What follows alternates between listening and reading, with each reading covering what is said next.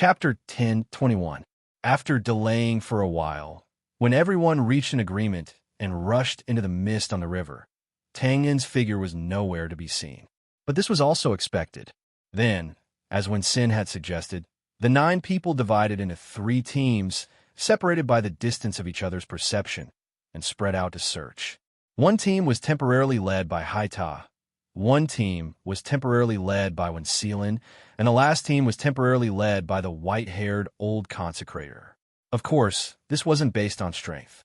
If it was, then Hai Ta and Wen Xilin weren't qualified. But because they were familiar with Tang Yin, and because of his identity as the disciple of the Sword God, the imperial family's masters were naturally convinced. Tang Yin? Is it really because we have lived in the capital for a long time and have never moved around that we have never heard of such a troublesome expert among the warriors of the brand? Looking around at the misty surroundings, the white-haired old man frowned slightly and asked softly, "I don't know, I haven't heard of him either. It seems like he suddenly appeared out of thin air. If I didn't see him launch a surprise attack with my own eyes, I still wouldn't believe it. Yes, he is too young. How did he cultivate?" Having lived to this age, the things he had seen and heard were no longer surprising. But the appearance of Tang Yin still subverted the understanding of these 3 imperial family's masters. This was truly unreasonable. No matter how they imagined it, they were unable to match Twain's age with his world-shocking strength. After all, they'd bitterly cultivated for over 100 years, yet the strength they'd attained was only at this level. Of course, shock was just shock. The actual example, just now, was in front of them. Although these 3 imperial family's masters were still somewhat in disbelief, their vigilance and the Do-Chi armor that they put on in advance were not the slightest bit careless. This was the state of a true expert in battle. There was nothing they could do if their strength was not good enough, but it was rare to see a brainless person lose their life because of carelessness. Not to mention them. Even Wu Ding solemnly carried his sword when he went out to battle. He did not use the gimmick of not having a sword in his hand, but having a sword in his heart, right? Wen Xin said that Tang Yin's fighting style, close combat, like an assassin? Judging from the surprise attack, just now, that should be the case. Mid-level void, level strength, close combat style of an assassin. This is not a normal void-level warrior. At this point, the 3 imperial consecrators looked at each other. The corners of their mouths twitched. They were more or less speechless. With the ability to fly in the air and manipulate the elements of Do-Chi between heaven and earth, who would still want to engage in close combat? Of course, Tang Yin was not only playing now, but he was playing very well. He had truly found his own martial arts, and just now, under their eyes, he had killed a strong man who had touched the threshold of void level. This was what made the 3 experienced and knowledgeable imperial family consecrators speechless. In short, no matter what, it's best to be careful.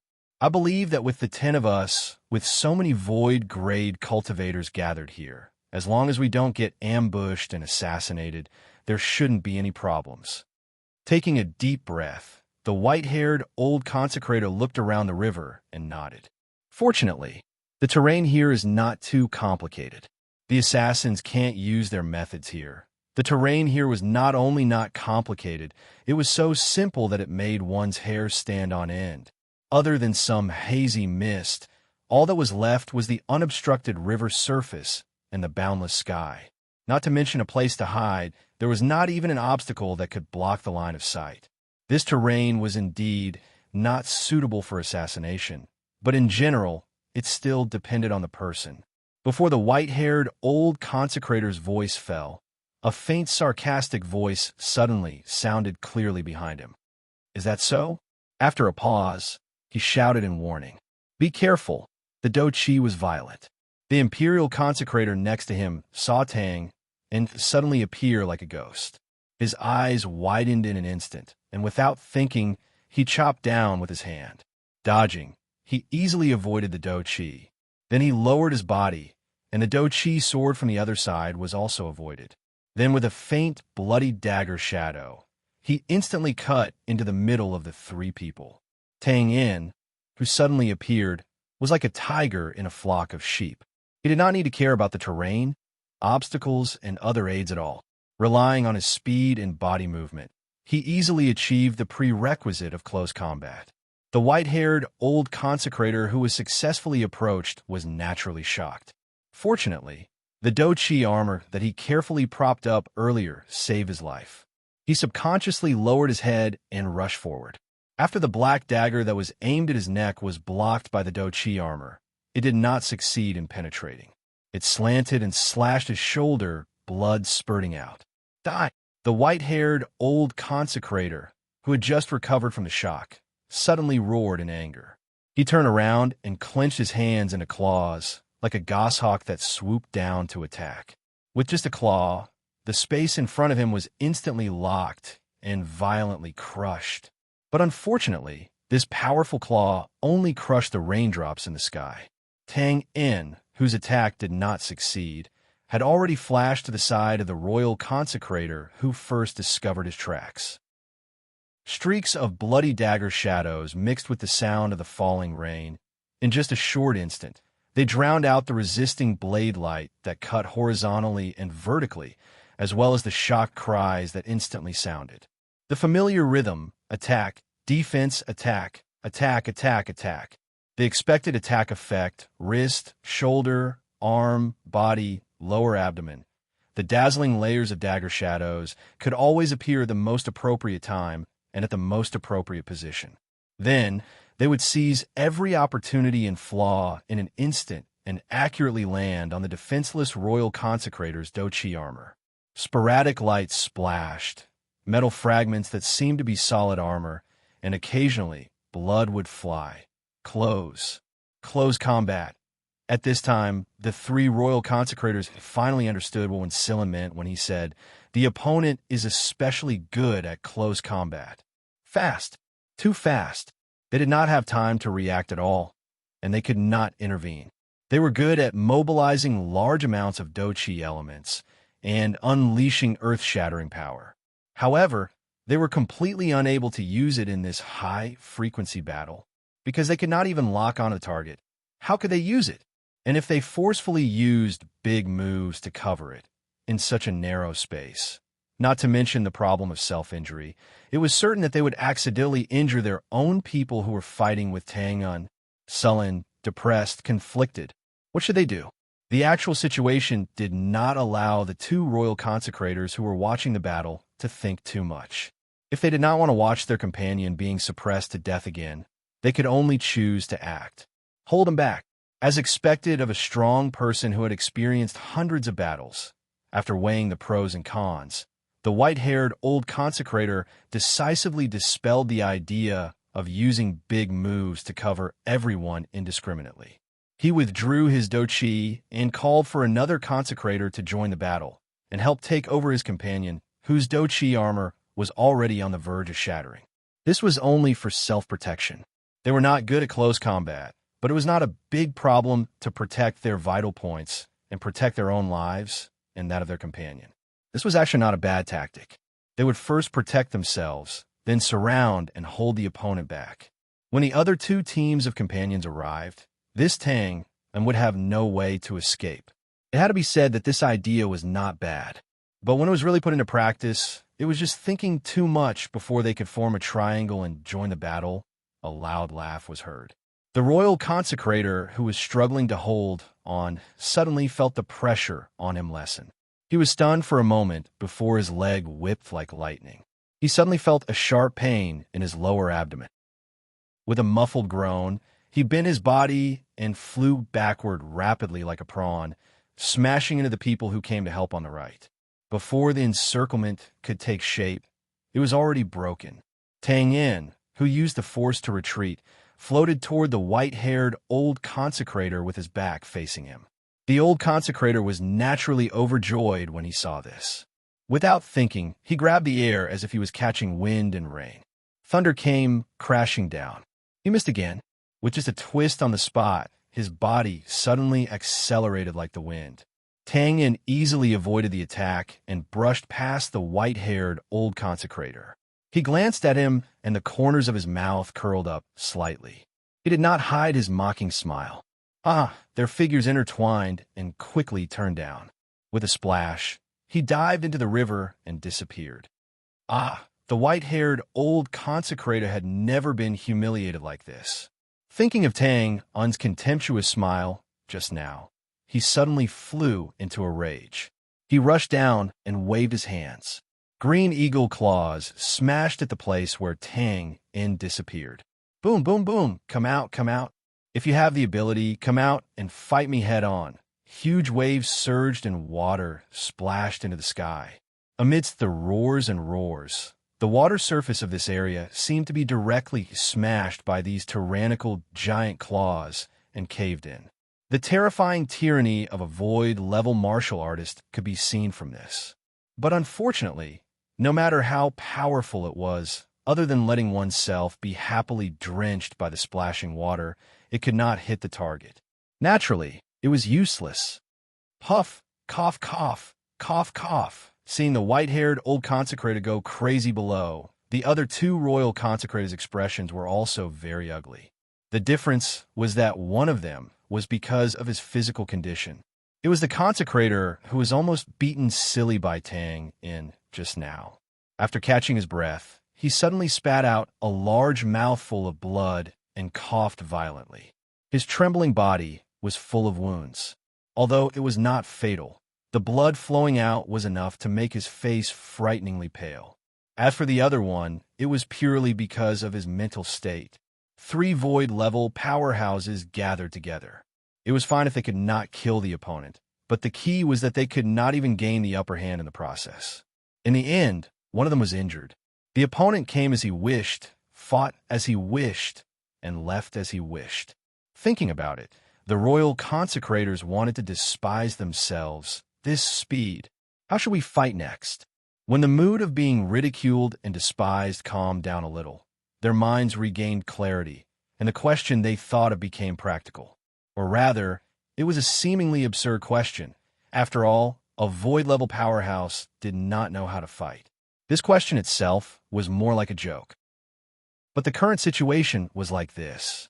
Although the fight just now was very short, not even a minute from start to finish, the exposed problem was still very obvious. It was not that they were not strong enough. It was that they had the strength but could not use it. If they completely let go of their hands and feet with Tang Un's close combat style, they would definitely accidentally injure their own people. If they restrained their strength and narrowed the attack range with Tang Un's speed, they might not even be able to touch the opponent's clothes. If they could not attack openly, if they were not precise enough, how could they fight? Where's Tang In? Just as the royal consecrator was in a dilemma, Sea Tower and Winston's team came from both sides at the same time and asked from afar. Then, probably seeing the consecrator who was bent over, Sea Tower frowned and asked again, "Injured? So fast. Didn't I remind you to be careful of his close combat?" There was no need to think about it. In the world, other than Wu Ding and Bamatu, there was only Tang In's strange and abnormal close combat ability that could injure a void-level powerhouse in such a short time. Even without asking in detail, Sea Tower could imagine the battle scene just now. He ran away and dived into the water. The royal consecrator, who was safe and sound, pointed to the river below, looking a little embarrassed. It had to be admitted that when they heard Winston remind them of how abnormal Tang Un's close combat ability was, although they did not take it seriously, they did not take it seriously to that extent. This was normal. After all, they had not personally experienced it, so they were not afraid. But close combat. A flash of lightning suddenly flashed through his mind. The royal consecrator, who opened his mouth to say something, suddenly trembled violently. He instantly swooped down and roared, "River surface, quick! Leave the river surface." Below him was naturally the white-haired old consecrator, who was still bombarding the river surface. Because of Twain's contemptuous smile before he left, the enraged old consecrator did not follow him into the river, but he was already very, very close to the river surface. What? Retracting his hand, the white-haired old consecrator, who subconsciously heard the sound, looked up with a blank face.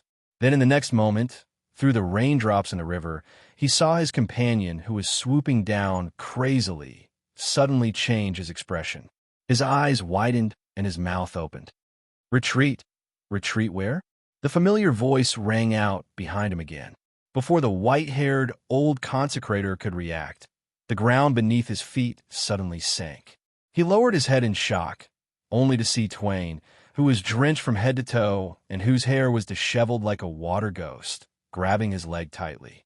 Twain grinned brilliantly, revealing 2 rows of teeth. Come down. Splash. He fell straight to the river's surface, splashing water everywhere.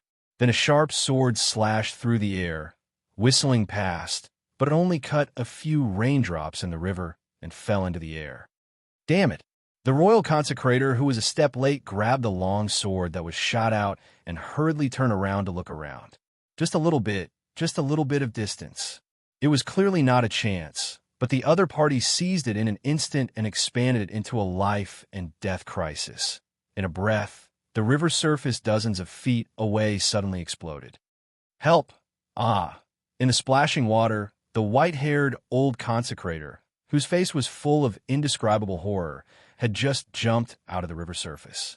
Before he could make a complete call for help, it suddenly turned into a shrill scream. A pitch-black dagger broke out of the water and stabbed straight into his back. Then an arm like the tentacles of a deep-sea monster grabbed his shoulder from behind and instantly dragged the white-haired old consecrator who had half of his body out of the river surface. Splash! Blood tumbled. Save him! Before he could call out to Haita, when Seelan and the others who had rushed over, the royal consecrator who was chasing down roared and crashed into the tumbling blood with his sword, disappearing. Wait! When Seelan, who had rushed over, opened his mouth to say something, but when he saw the consecrator who had already chased into the water, he could only shake his head and stop, frowning. The water was not as good as the air. Even a powerful void-level warrior would have many inconveniences in the turbid water. The most obvious point was vision. Not only could the naked eye not see through the turbid river water, but the most important thing was that the range of perception would also be limited and disturbed underwater, which was not good for encirclement and suppression. But now 2 royal consecrators had already entered the water, and one was in a critical state. What else could Seelan say? Even if he had seen the situation from the beginning to the end, he had already faintly sensed that the reason why the white-haired old consecrator could reach the surface of the water was probably deliberately done by Tang and to lure them into the water, sure enough. Quick! Everyone spread out 100 feet in all directions. Pointing at the tumbling blood, Haita waved his hand and said hurriedly, after entering the water, search the center and move closer. Be careful. We must surround him here. Chapter 10:22. Asterisk splash. Asterisk as the sky became darker and darker. The continuous rain gradually poured down, continuously hitting the surface of the river. The water and the sky were the same color. However, in the water space in the middle of the river, the raindrops that fell down were directly crushed and evaporated by the chaotic and violent power in the air without leaving any trace. From afar, it was as if the rain that fell from the sky was also afraid of the terrifying power here and avoided it. In fact, this place was indeed not suitable for any creatures to enter. On one side was the majestic black gas that transformed into the shape of thousands of beasts. Some opened their bloody mouths, some stretched out their sharp claws and teeth, ferocious and terrifying. On the other side was the dazzling sword light. The dazzling golden light was like a flapping fire crow, blazing tens of thousands of feet. They were separated on the left and right, like 2 prehistoric beasts that met unexpectedly. There was no need to test each other. They directly collided, fought, and entangled. Every bit of aftershock that leaked out was a terrifying power that could destroy the sky and shake the earth. Fortunately, the battlefield was the boundless river. Otherwise, no matter where it was, it would be an undeniable disaster in the world. In the entanglement, a sudden laughter shook the sky. A burly figure with the black clouds in the sky retreated hundreds of feet in the air, as if he was knocked away. However, the thousands of beasts in the black clouds were still roaring ferociously. Sword God Wu Ding. You're old. You're really old. Ha! The golden light faded slightly, revealing the calm and indifferent figure of Wu Ding. He waved his long sword and said, Bamitu, you're old too, and your courage is small. You were once the strongest person in the northern wilderness. Even if you were defeated, you never lacked the courage to fight with your life. But now? Ha! He chuckled twice and shook his head in disdain. You're smarter now. Just like you more than 10 years ago, you waited for me to defeat countless brand experts in succession before you jumped out from the dark and launched a sneak attack with your sword. He spoke in the same disdainful tone. However, there was no conclusion to the past, and there was no right or wrong. He only mentioned it briefly to ridicule the other party. Then, Bamitu seemed to have thought of something. He raised his white eyebrows slightly and laughed loudly. I see. No wonder you sat back and watched the tense situation on the front line and ignored the gray coat army's interference. It's because you, the so-called brand's patron saint, are really old and can no longer interfere. Ha! Wu Ding, this time you brand will definitely die. With such certainty, Bamitu naturally had something to rely on. In all fairness, once experts at the level of Wu Ding and Bamitu fought with all their strength, the result would be hard to predict. The battle could last for days and nights, but it could also be decided in the next second. When Bamitu noticed Wu Ding's old age, he decisively suppressed the strong and complicated desires in his heart and fought conservatively. His plan was to drag out the battle as long as possible and completely wear down Wu Ding's body. The tactic was a little wretched, but no one could deny that it was right and appropriate. Moreover, with Bamitu's experience, he naturally wouldn't be rash and give up his advantage just to ask for a so-called fair battle. Because the process wasn't important, only the result was decisive. Wu Ding's expression didn't change when he heard this, and he didn't refute. He only raised his long sword slightly and said, After I kill you and go to the gray coat army in the north, this matter will naturally be resolved. Haha, I think you're getting muddle-headed with age. Let's not talk about whether you can defeat me when you're about to die, and let's not talk about whether you can completely resolve the crisis by going to the gray coat army and protect the brand. Let's talk about the current situation. Bamitu chuckled. With your useless disciple and a few so-called experts, do you think they can kill that kid? Do you think he'll let you leave this water area easily? Wu Ding shook his head. It seems that the older you get, the more useless you are. At this time, you're still counting on a junior to help you? He said sarcastically, and then said again, I know better than you how strong little Tang Yin is. Even if they can't kill him, they're enough to stop him. Is that so? Bamitu waved his hand disapprovingly.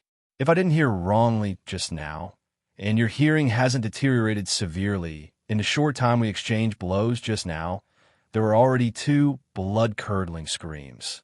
Ha! Take a guess. Is it that Twain's or that useless disciple of yours? Hearing this, Wu Ding paused and frowned slightly. Of course, he heard the 2 screams just now, and he was sure that they weren't from Tang Yin. The reason was very simple. If Hai Ta and the others had really killed Tang Yin, they would have come over by now. However, if it was said that Tang Yin could kill the 2 accompanying masters in such a short time, Wu Ding still didn't believe it. Those were void-level masters, not bread that could be kneaded at will. They wouldn't die so easily. Of course, if Wu Ding was like Bamitu, who had personally experienced Tang Yin's strange breakthrough in the farm, then he wouldn't have such confidence. Shaking his head, it was useless to think too much. At least for Wu Ding, the biggest enemy right now was still this old friend in front of him. He took a deep breath and said indifferently, I'll wait and see. As soon as the words fell, he shook his sword, and the sword lights soared into the sky again. Dozens of miles away, the protagonist that Wu Ding and Bamitu were talking about, that was Tang Yin, was constantly diving into the depths of the river. It should be said that both Wu Ding and Bamitu guessed correctly, and neither of them guessed correctly. In this short period of time, Tang Yin did indeed have 2 souls in his hands, 2 void-level masters' souls. One was the middle-aged man who had been killed in an instant, and the other was the white-haired old man who had been dragged into the water not long ago and stabbed more than 100 times before he died. There was no doubt that this record was absolutely outstanding. But Tangen was not relaxed now. After all, they were void-level masters. Even if he killed 2, there were still 8 masters. If it was a one-on-one fight, Tangen was naturally not afraid. But if it was a group fight, then he wouldn't be able to cover it. So after taking some advantage on the river surface, Tangen decisively went into the river and opened up a new battlefield. Winselin's guess was right. Tangen did deliberately let the white-haired old man call for help to lure them to chase after him. Because in the turbid river, even if one's strength was high, their vision would be blocked. This had nothing to do with the level of cultivation. It was just that everyone was mortal with the naked eye. Of course, Tangen wasn't. After silently chanting the peeping skill in his heart, the dark environment disappeared. The turbid river disappeared. In an instant, in the vision of Tangen's almond-shaped cat's eyes, all the tangible and intangible things around him became simple and clear lines. The undercurrent surging, the lines moving irregularly, the lines of fish swimming around, big or small, the lines of debris floating with the waves, the lines of various shapes. Everything shed the form and looked at the essence. Stabilizing his falling body, he reached out and pointed at the fish bones floating in front of him. The latter's tailbone suddenly spun rapidly and disappeared in an instant. Damn, was it really a fish? Twain rubbed his nose and looked around. He twisted his body and stepped forward, perfectly blending into the lines of the surrounding water. It was as if he was also an undercurrent that floated along with the waves, silently drifting away. Approximately the instant Twain left, the several figures that were rapidly diving down over 1,000 feet above him suddenly stopped in unison.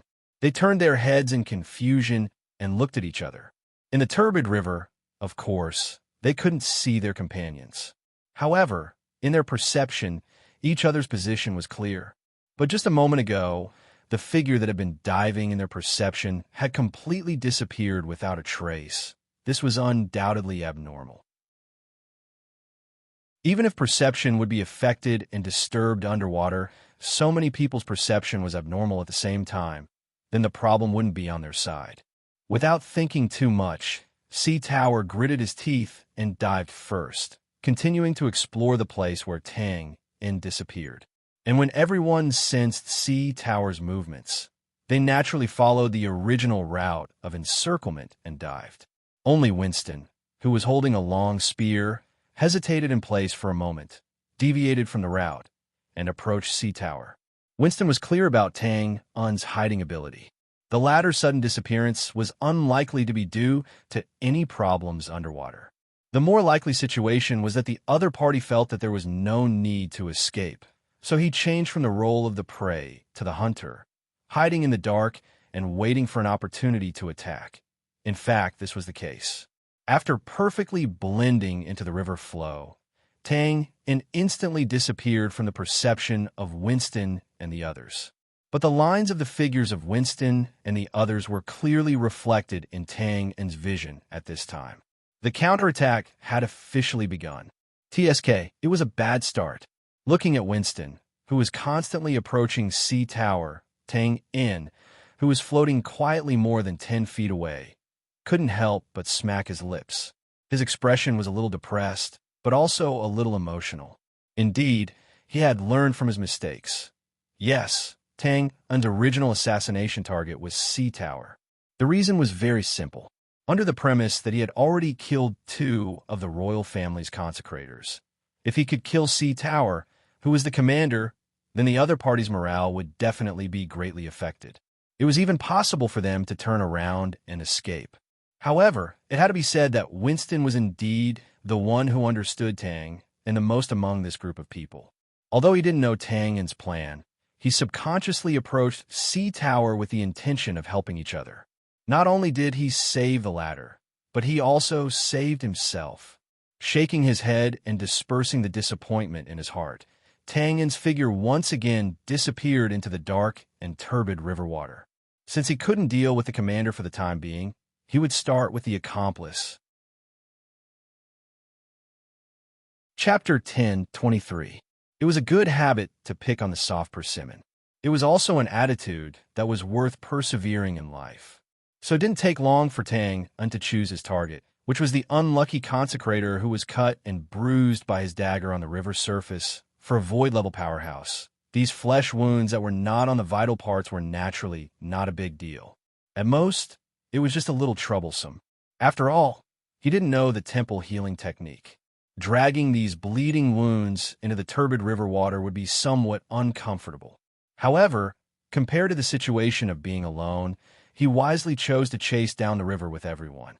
Unlike when Sealan, he did not approach anyone, but continued to dive according to the established encirclement route. However, he had personally witnessed the power of Tang Yin. At this time, he was extremely cautious. He placed his long sword horizontally in front of his chest and slowly dived in a vigilant defensive posture. At the same time, his head kept turning around, his vision and perception constantly radiating around. His expression and body movements were very similar to those of the wild rabbits that came out to forage on the grassland. They felt the slightest movement and would immediately jump away regardless of anything else. But unfortunately, no matter how smart the prey was, it would still be difficult to escape from the hunter's hands with a soft hiss. The bright, long sword slashed out horizontally, leaving a trace of water behind. In an instant, several fierce fish with exposed sawtooth were cut in half. Putting away the sword, the consecrator looked down at the blood slowly flowing out of his body. He couldn't help but frown slightly. A string of bubbles appeared at the corner of his mouth, as if he was muttering curses. Not all fish nibbled on watergrass and were vegetarians. At the very least, it was normal for some ferocious fishes to follow the smell of blood in this huge river. Of course, no matter how fierce the fish was, it was unlikely to bite through the battle chi armor of a void-level powerhouse. However, the repeated collisions were annoying after all. After dealing with it, the consecrator subconsciously looked around, still extremely vigilant. But at this moment, suddenly, a palm suddenly rested on his shoulder armor from behind, and a faint voice said, "Are you looking for me?" The consecrator's body stiffened, his scalp was numb, and a chill instantly spread throughout his body. Of course, he wasn't shocked that someone could speak underwater. For experts, this wasn't anything special. Even their clothes weren't wet by the river water at all. Well, that wasn't the main point, nor was it important. With a loud crash, the battle energy armor emitted a dazzling light, splashing water and bubbles in all directions. Taking a step forward, his body rushed forward, but the long saber quickly passed under his armpit and stabbed behind him. The high priest's reaction could not be said to be slow, but he was like a wild rabbit that was targeted by a goshawk. Even if he noticed the goshawk swooping down in advance, ran wildly, and changed directions rapidly. Even if he used all his escape methods, it was still impossible for him to escape the claw that pierced through his brain. Before the long saber pierced his armpit, his body that was charging forward was pulled back by the palm on his shoulder. Pooh!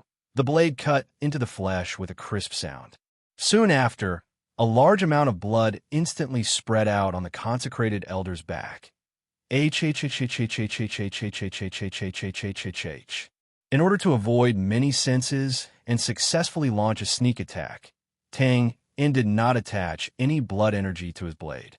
He only relied on his own strength and the sharpness of Arthur's dagger. In this way, although he successfully broke through the battle energy armor, the effect was barely enough to complete a fatal blow. However, although this high priest did not die, he directly fell into the last madness before his death.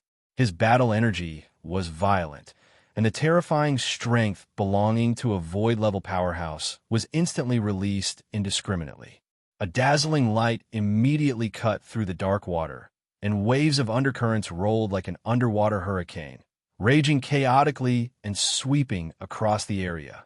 In the hurricane water, the hands and feet of two figures were intertwined and stuck together. Only the sound of puff, puff, puff. 1 slash, 2 slashes, 3 slashes, in a short breath, dozens of saber shadows crazily sank into the back of the consecrated elder. At this time, the high priest could not even see Tangen's face clearly. He only felt that his back was firmly attached by a deep-sea octopus. No matter how he rolled and screamed, or how he struggled, he could not shake it off. If the previous battle on the river could be described as close combat, then this was an out-and-out hand-to-hand fight. The high priest of the royal family, who was used to moving up and down, had never seen such a primitive way of fighting like a child wrestling on the ground. His mind was instantly filled with confusion and fear, chaotic and blank. He only knew how to subconsciously struggle and escape, without the slightest thought of resistance. But this action not only failed to break free, but also allowed Tang in to stab him countless times. Die. The blood knife went in, and the blood water came out. Because of the violent struggle of the high priest, the fast-moving dagger could not aim at the vital parts. However, Tang did not mind. His expression was calm, and his almond-shaped cat's eyes flickered with a strange green light. His lips trembled as if he was crazy. He did not care where he was stabbing, however he liked to do it. He did it without thinking, without knowing the strength of his strength or where he was stabbing. Suddenly, the dagger paused, and Tang suddenly turned his head. He saw the water not far from his right was turbulent, and the bubbles were tumbling as if something was brewing. Before he could react, with a swoosh, the water split to the left and right, and a fiery red sword light, like a blazing flame, instantly slashed in front of him.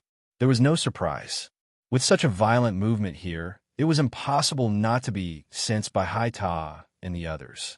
This tyrannical sword aura must have been unleashed by the nearest rescuer. His temperament was decisive. He did not look at the situation here and directly opened a path with his sword, not afraid of accidentally injuring others. Save me. The dazed imperial consecrator seemed to have been awakened by this sudden sword ray, and he subconsciously screamed out loud. But as soon as his voice fell, a huge force suddenly pressed down on his back, and his body quickly turned upside down in the water. For the first time, he faced Tang directly. "Save you. This is to kill you, idiot." As his vision swayed, the high priest first saw a pair of strange almond-shaped eyes and was slightly stunned. Then he saw a flaming sword light quickly shoot over his head, and waves of bubbles spread instantly. This was a gamble. The sword light was too fast and fierce, and it should be the full strength of a void-level powerhouse. Although Tang and the high priest barely avoided it, it was impossible to completely avoid the range of the aftershock. And now Tang was entangled with this high priest, like a human fleshly will rolling against each other. No one knew who would be hit by this spreading aftershock. There was a 50% chance. F*CK. Perhaps even the heavens could not bear to see Twain's brutality, and misfortune finally befell him. He felt a sudden pressure on his back, as if he had been hit by a speeding carriage.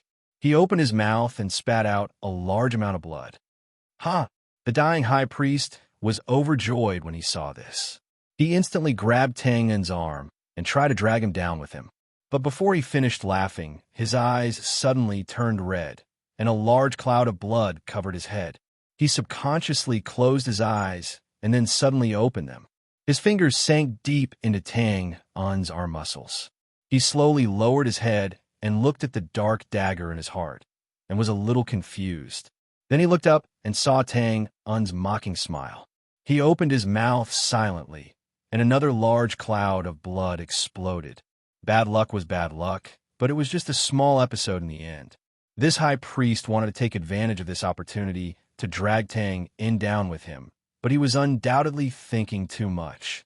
In the end, Tang seized the opportunity and stabbed him in the heart.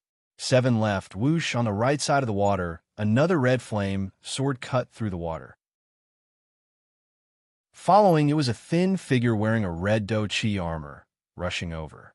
6 left, narrowing his long and narrow eyes. Tang suddenly raised the corner of his mouth and smiled confidently. With a wave of his hand, the corpses of the consecrators beneath him were tossed out, heading straight for the incoming sword ray. Damn, at such a close distance, Tang Yin's actions were undoubtedly clearly seen by the thin high priest. He was shocked and raised his hand subconsciously, as if to stop something. But how could a void greatsword chi be so easily retracted? Before he could react, he saw his companion collide with his own sword chi. No, bang, a muffled sound. A corpse was a corpse. Whether the corpse was a void-level master or an ordinary person, it was a dead thing, a fragile dead thing. The sword attack passed by, and the void-level master's corpse immediately burst into pieces. There was no flesh or bone. Only a large amount of blood instantly soaked the surroundings, as if passing through an insignificant layer of gauze. The domineering sword attack was not affected at all, dragging the flame behind it as it continued forward.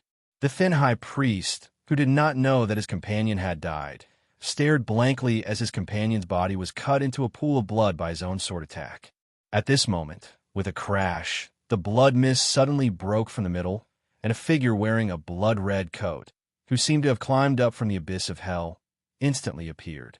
"I'll send you down to apologize. No need to thank me." Chapter 10:24. Close combat, and still close combat. In Twain's hands, the fighting style that the otherworldly martial artists abandoned like a pair of worn-out shoes was like an invincible cheating tool. As long as he got close to him, the outcome of the battle would be half decided. As long as he got close to him and attacked with his dagger, it would be the end. Suppress, and continue to suppress, ding, ding, ding. Dense and crisp sounds of collision. Waves of impact rippled continuously. The thin consecrator who retreated step by step lost his previous awe-inspiring aura. The long sword that he held awkwardly retracted most of his hand, could no longer emit the domineering sword light from before. Under the countless dagger shadows that filled the sky, the long sword in front of his chest blocked left and right. It was very difficult for him to hold on. Occasionally, he counterattacked, but his sword was simply intercepted halfway. Even if there were some that broke through the blockade, it was only because the landing point was not vital. Tang Yin did not care and decisively chose to exchange injury for injury. Too slow, too slow, too slow. You are really, really too slow. Waves surged and figures intersected as blood-red dagger shadows ceaselessly struck the emaciated honored elder's body that howled repeatedly, reaping his wounds and blood, and it was unstoppable. You're having a hard time blocking it, right? What's the point? No one can save you. Why don't you go accompany that companion of yours while it's still early? Take it as an apology and explain yourself properly. Shut up, you lunatic. Ha! Seeing that his sword had left a bloody mark on Tang Yin's waist, the thin consecrator did not have the slightest joy. Instead, he became more desperate because this was not enough to kill him, and because his waist was immediately stabbed 3 times. One sword for 3 blades. It was self-evident who had the advantage and who had the disadvantage. Of course, with the thin consecrator's strength, he did not care about this. What he was afraid of was Tang Yin's attitude. This kind of attitude of risking one's life was very unfamiliar and not very suitable. Since he broke through the shackles of the void level and became a noble consecrator of the royal family, the thin consecrator had never tried this kind of intense and somewhat unpresentable hand-to-hand combat. He was used to putting on his battle energy armor in front of the enemy, and then mobilizing his battle energy to fight with the enemy. It was reserved and dignified. But now there were dagger attacks, chokeholds, eye stabs, knee strikes, crotch kicks. What kind of F***king mess was this? What was even more humiliating was that the skinny consecrator found that he, a dignified void-level consecrator, was actually unable to deal with these messy methods that seemed to be used by hooligans. Each slash was faster than the last. He retreated, defended, retreated, and retreated. In just a few short minutes, the thin consecrated looked as if he had been fighting for a few days and nights under the continuous attacks that made it hard for him to breathe. His body and mind were exhausted, and his mental state was on a roller coaster ride. In the beginning, he domineeringly swung his sword to take revenge for his companions, but later on, He focused on defending and occasionally counterattacking, and now he was numb and only knew how to protect his vitals. Along the way, he took a sharp turn and ran straight from heaven to the abyss of hell, determined not to look back. If it were not for the fact that there was still a trace of clarity in his heart, where he knew that he was not fighting alone and that there was still hope for rescue, the skinny consecrator might have listened to Tang En's well-meaning persuasion and simply given up in order to seek a quick death. In fact, the emaciated consecrator's bitter struggle was still valuable. Soon, dawn arrived. In the distant waters, various colored Do-Chi armors appeared one after another. Hai-Ta and the others hurriedly rushed over and finally arrived. However, when they saw the situation in front of them, their feet slightly paused, and their faces were filled with shock. If it were not for the flashing red Do-Chi sword, they really would not have recognized the messy and bloody figure in the distant chaotic waters. It was a void-level consecrator of the royal family. Looking at the faintly discernible, ghostly figures around his body that were madly flashing with dagger shadows that filled the sky, everyone could not help but suck in a breath of cold air in unison, bubbles rolling at the corners of their mouths. Someone asked with a trembling voice, "Palau?" The so-called Old Man Pa was naturally the royal consecrator who had his heart pierced by Twain's dagger and died without a trace under the sword's gleam. Everyone was silent. There was no need to answer this question. Their senses had been covering this area from the moment they discovered the commotion. It could be said that they had witnessed the process of Pa Lau's aura gradually weakening and disappearing in their senses. They naturally knew what this meant, but they subconsciously did not dare to believe it. Two void-level masters, one disappeared, and one was on the verge of disappearing. This guy? What is his strength? After regaining his senses, Hai-Ta did not answer. The corner of his eyes twitched, and he waved his hand. "Go! Surround him!" Then, he was the first to rush forward. This time, there was no doubt. After all, Tang En was right in front of them. No matter what kind of strength he had, the consecrators had no reason to retreat. "Ha! Huchi!" Seeing Hai-Ta and the others rushing over from the corner of his eyes, the skinny consecrator spat out blood and gasped for breath. Then, he stared at Tang En's fading face and grinned. His smile was very cruel. "Kill me. Huchi, you can't escape. Tang En, you are dead. Ha, come and kill me. Ha!" Looking at the skinny consecrator's blood-stained face, Tang En's ghostly figure paused for a moment. Then he smiled and nodded. "Okay, as you wish." The skinny consecrator was stunned when he heard this, and then his pupils shrank sharply. He saw that Tang En's figure suddenly twisted strangely in front of him, and in a flash he split into two. This process was very short, just in the blink of an eye. It seemed that Tang En twisted his waist and abdomen, and then pulled out another him from his body. It was not an illusion that was pulled out too fast. The skinny consecrator could confirm this, and the feeling transmitted by his perception was the same. The cold breath was a little weak, like twins. The skinny consecrator naturally did not know about the existence of the Shadow Clone System skill, but he had seen it once not long ago. It was at the beginning of the battle when Tang En succeeded in a surprise attack and killed the middle-aged consecrator. Now that he saw it again, he naturally felt a sense of déjà vu, but before he could fully understand, Tang En attacked. Hiss! The familiar shadow of the dagger filled the sky, and the familiar storm-like attack. The difference was that this time, the rhythm was obviously more urgent and faster. Streaks of blood-red blade light quickly cut through the river, as if cutting through a thin sheet of paper without stagnation. Only a slight hissing sound could be heard, without the slightest ripple or bubble. Fast. Too fast. It gave people the feeling that the river, which was surrounded by 360 degrees without any blind spots, could not catch up with these daggers that cut through the river at high speed and could not react in time. The river was like this, and so was the skinny consecrator. He subconsciously raised his long sword, but before he could make a move to block, dozens of blood flowers had already bloomed on his chest, which was demonic and eye-catching. Puff, puff, puff, puff. like a banana leaf that was repeatedly hit and washed by a violent storm. The skinny consecrator's body suddenly trembled rapidly, swaying left and right, and was instantly surrounded by a large amount of blood that flowed out of his body. Only a series of mournful cries could be heard coming from inside. The long sword that was waved in vain seemed to be more like a fire stick, which had no resistance at all. Save, save, save. Save me. Ah, ah, ah. The skinny consecrator knew that he was finished. He had completely fallen into the opponent's trap. Now, other than calling for help, there was no other way to survive. In fact, with the strength of this skinny consecrator, he should not be so miserable. Although he was not good at close combat, he should not have fallen to the point where he could not even protect his vital parts. One of the problems was in the battle just now. Tang In had successfully created a false impression for him, which was that his attack speed and close combat strength were only at this level. That was the limit. The skinny consecrator subconsciously accepted this setting. He did not doubt it, and it was impossible for him to doubt it, because the attack speed that Tang In showed before was already abnormal enough.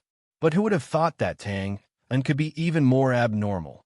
First, he pulled out a shadow clone with 40% of his strength, and then suddenly increased his attack speed. The effect of the two overlapped and instantly broke through the skinny consecrator's fragile defense. This was not the last straw that broke the camel's back. He completely relied on the change of rhythm to toy with this poor old man who had the strength of a void level. At this time, Hai Ta and the others had just arrived from afar. Their figures paused again. They looked at their companions who were in a difficult situation but were able to defend themselves. In a short moment, the situation had changed drastically, and they were completely reduced to live targets. They could not help but be dumbfounded. Damn it, attack. It was still Wincelin. After all, he had the experience of leading 5 void-level powerhouses and being wiped out. His mental strength was extremely strong. After a moment of shock, he quickly reacted. He decisively shouted and waved his spear.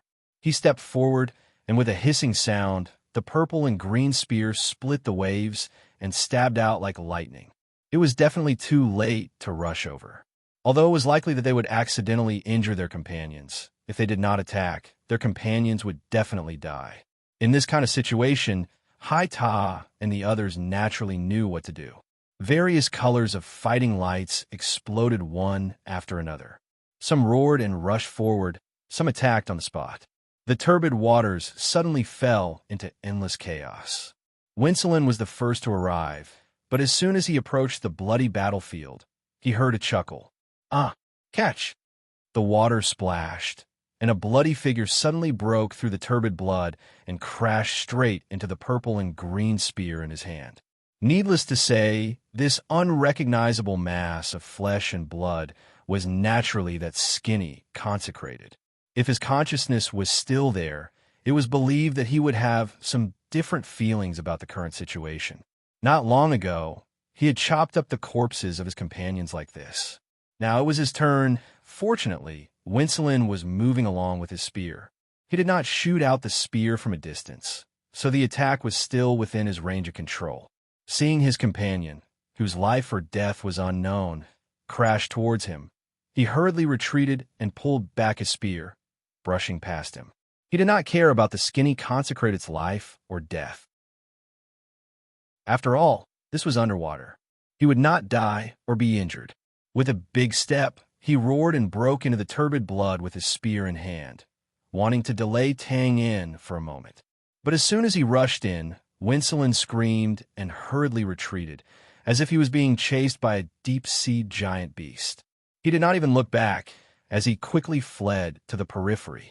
Behind him, whoosh, whoosh, whoosh, bubbles rose, water flowed wildly, stirring up the area of blood and instantly forming an underwater hurricane. In a short breath, it expanded and spread, like an octopus greedily grabbing everything around it, raging and roaring.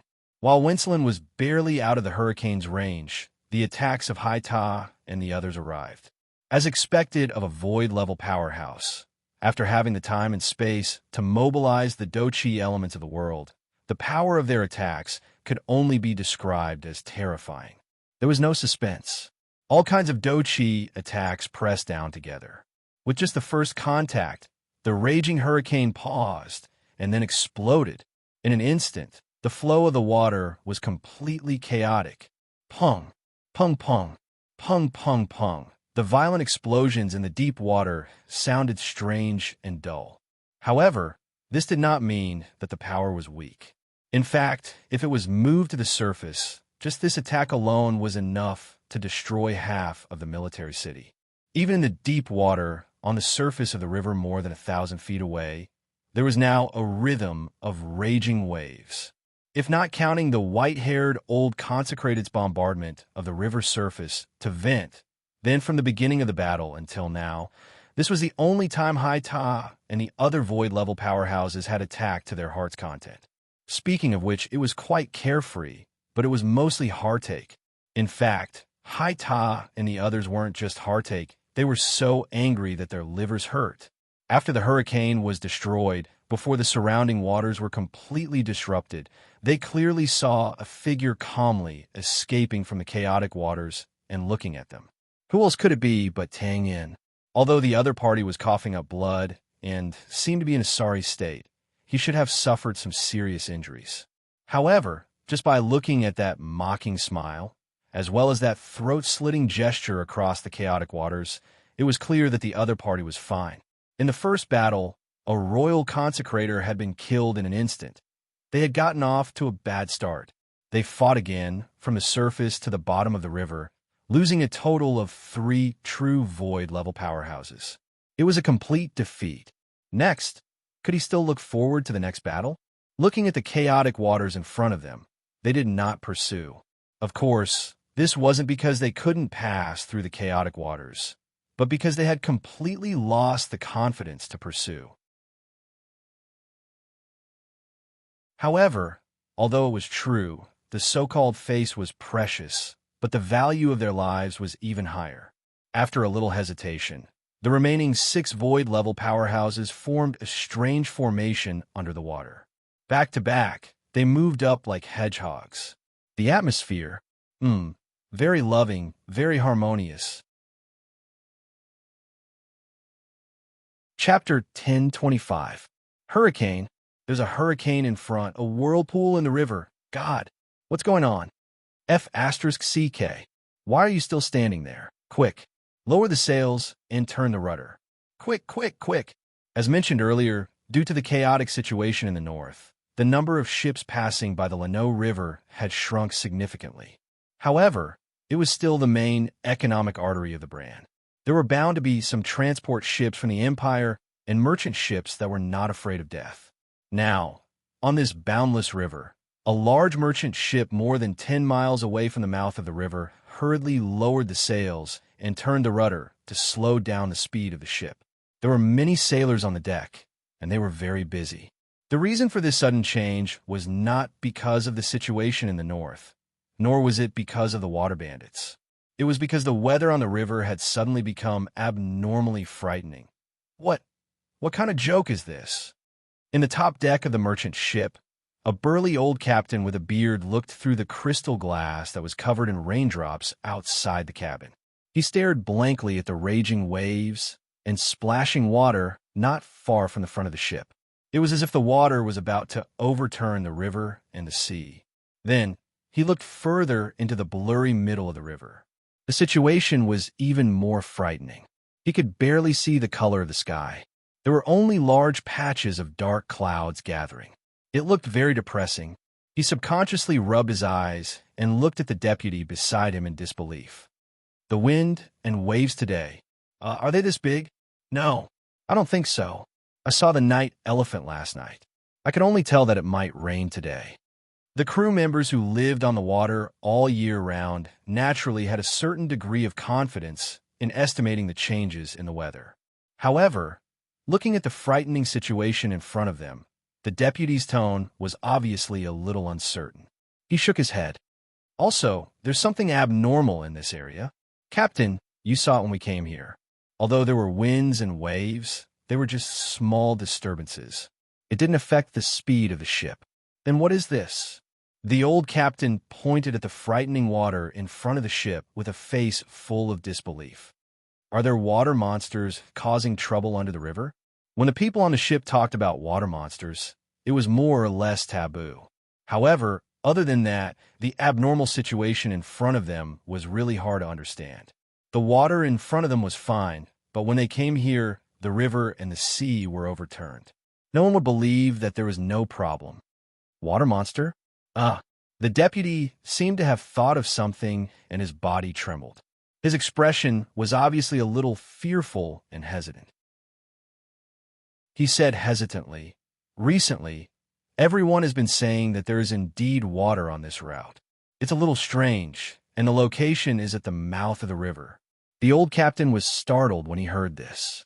He instantly understood the meaning of the words. His eyes widened and he opened his mouth. "You mean that rumor?"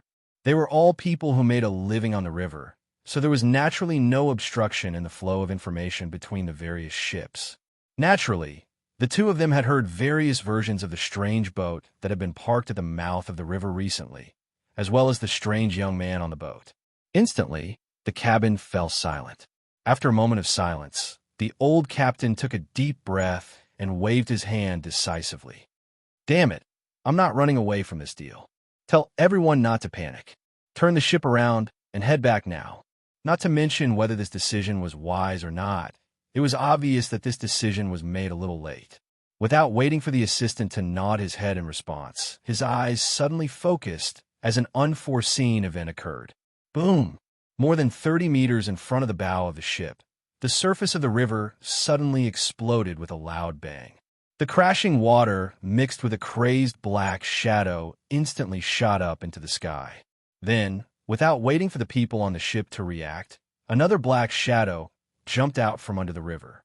At a faster speed than the former, it quickly rose into the air and caught up. In the top cockpit, the old captain and the deputy subconsciously opened their mouths and looked up. Their hearts trembled at first, and then they found that the two black shadows that jumped out were not water monsters, but human figures. Their hearts relaxed again, but then their beating hearts instantly jumped into their throats. They saw the black shadow jump high, waving its arm, and the dark dagger in its hand drew a piercing arc and suddenly plunged down. At this moment, in the eyes of the old captain and the deputy, time seemed to have stagnated for a moment. In the bleak sky, human figures crossed each other. A figure bent its mouth and looked down, while another figure looked up. There was no need to look at the expressions of the two, and there was no need to guess the relationship between the two. Just looking at the frozen scene was enough to explain a lot. In the narrow space between the two, the tip of the dark dagger flashed with a cruel light. It was dazzling, like the edge of the grim reaper's scythe, full of the aura of death. Immediately, the scene operated normally. The dark dagger chiseled down with a phantom, persistent and accurate, and sank into the glabella of the figure that jumped out first. Poof! The shrill howl that shook the sky was real. As for the crisp sound of the dagger entering the flesh, it was subconsciously imagined by the old captain and the deputy. The truth should not be far from it. The dagger sank in, and a large bouquet of blood bloomed wantonly in the air, splashing in all directions. Immediately, the two figures, whose victory and defeat had been decided, fell from the air together. The distance was getting closer and closer, and the direction was this: dodge. Without waiting for the old captain to subconsciously open his mouth to warn them to dodge, the two figures fell straight on the deck with a bang, and the hull trembled. Beside their ears, one after another, exclamations faintly came from outside the cabin. Stabilizing their staggering bodies, the old captain and the deputy rushed to the front of the crystal glass and looked down. On the deck, a scarred figure was lying on his back. Looking at the face, it should be an old man. His eyes were ferocious, as if he was staring at something, and also as if he was wailing in pain. In between his eyebrows, the dark dagger sank in. On top of the old man, a figure was half kneeling. He was also scarred, and his face could not be seen clearly under his disheveled hair. But it was obvious that he was not dead. However, although the old man was below, he seemed to have been badly shaken. He was gently shaking his head, and red water droplets from the tip of his hair, either from the river, blood, or a combination of the two, sprinkled on the deck around. Around them, the sailors stood there in a daze, staring blankly. After a moment, the half-kneeling figure recovered. He touched the old man's eyes with one hand and held the hilt with the other. He slowly pulled the dark dagger out of the old man's glabella. He got up and looked up. His long and narrow eyes narrowed slightly.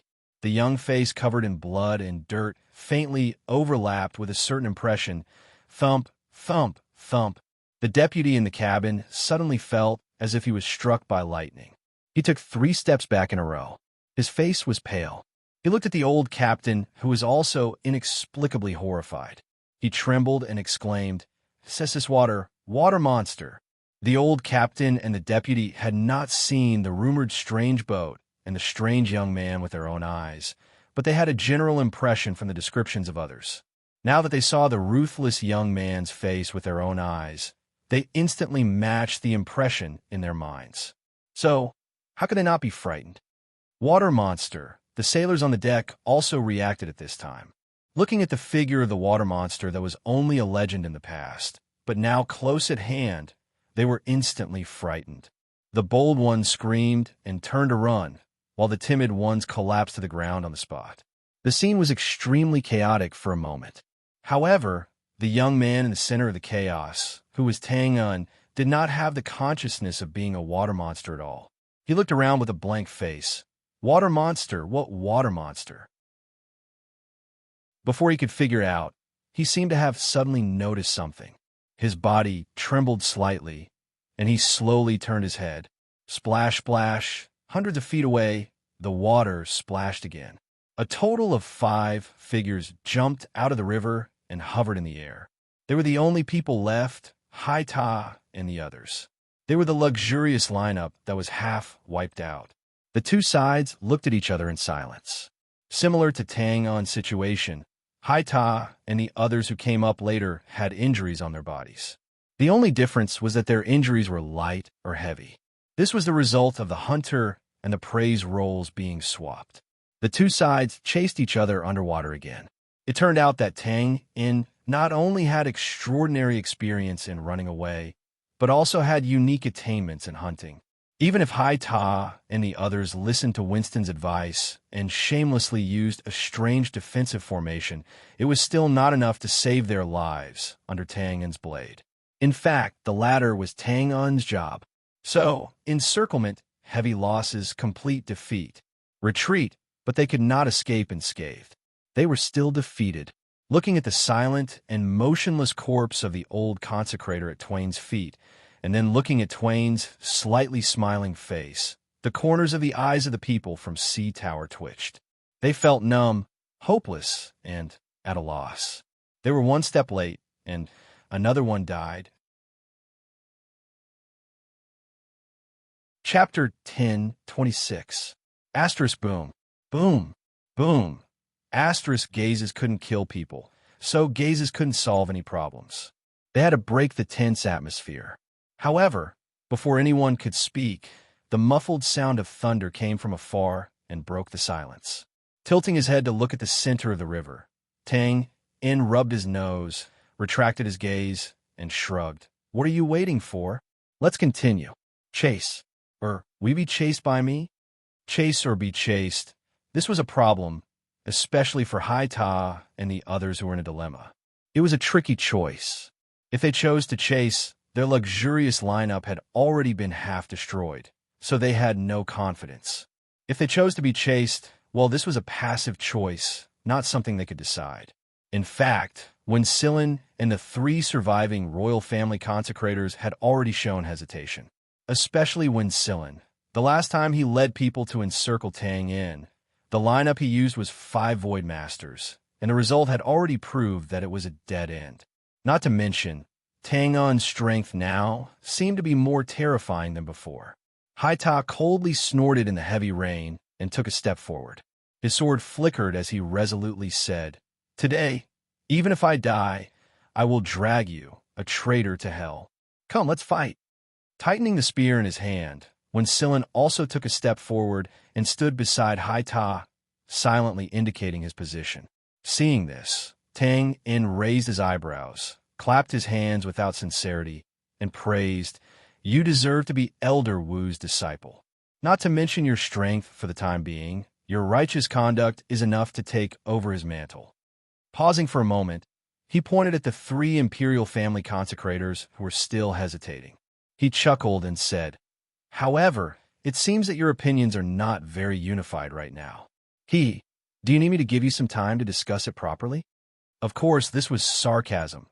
Haita looked back angrily, looking at the 3 royal family consecrators who were still hesitating, and suddenly angrily reprimanded, "What are you waiting for?"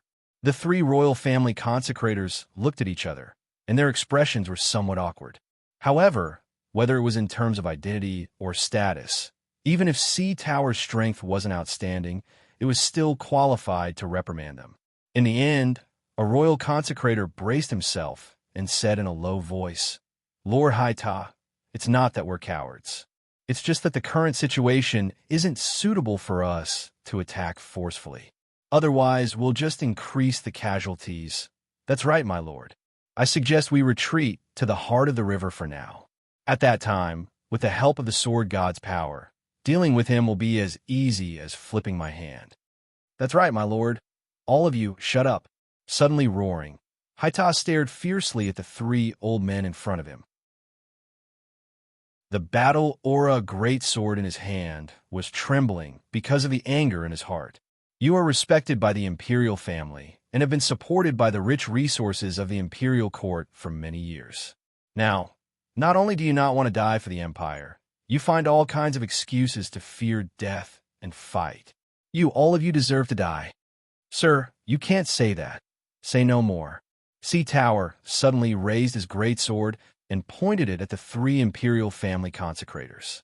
He gritted his teeth and said, "Now, either you fight with me or I kill you." At this point, there was really nothing more to say.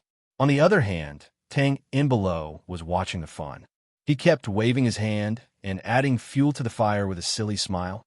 No hurry, no hurry. You can discuss slowly, or you can just fight first. I'll wait for you to finish first." Of course, Tang In was not in a hurry. This was what he expected, or more accurately expected. In fact, whether it was a surprise attack or a face-to-face killing, it was all a kind of tactic. A psychological tactic to shake people's hearts and destroy their morale. After all, no matter what, they were still 10 Void Masters. Even now, Tang In did not dare to guarantee that he could completely deal with the other party. The risk was still very high, not to mention that he was now seriously injured. Fortunately, the plan went smoothly. Tang In succeeded in killing half of their companions one by one in front of Haita's people. Some were shocking, some were cruel, and some were even perverted. Success made them feel dispirited and dejected as they could only watch on helplessly. Then, he succeeded in creating a misconception in their hearts that the difference in strength between the 2 sides was too great, and that no matter how they struggled, they would only face certain death. In the end, he succeeded in shaking their hearts, causing them to disagree with each other and even start fighting. To put it bluntly, this kind of tactic was actually very common. For example, on the battlefield, if you led the weak to defeat the strong and perfectly annihilate the enemy's elite troops, then the remaining ordinary troops of the enemy would subconsciously consider taking a detour when they saw your banner. Another example was a street fight.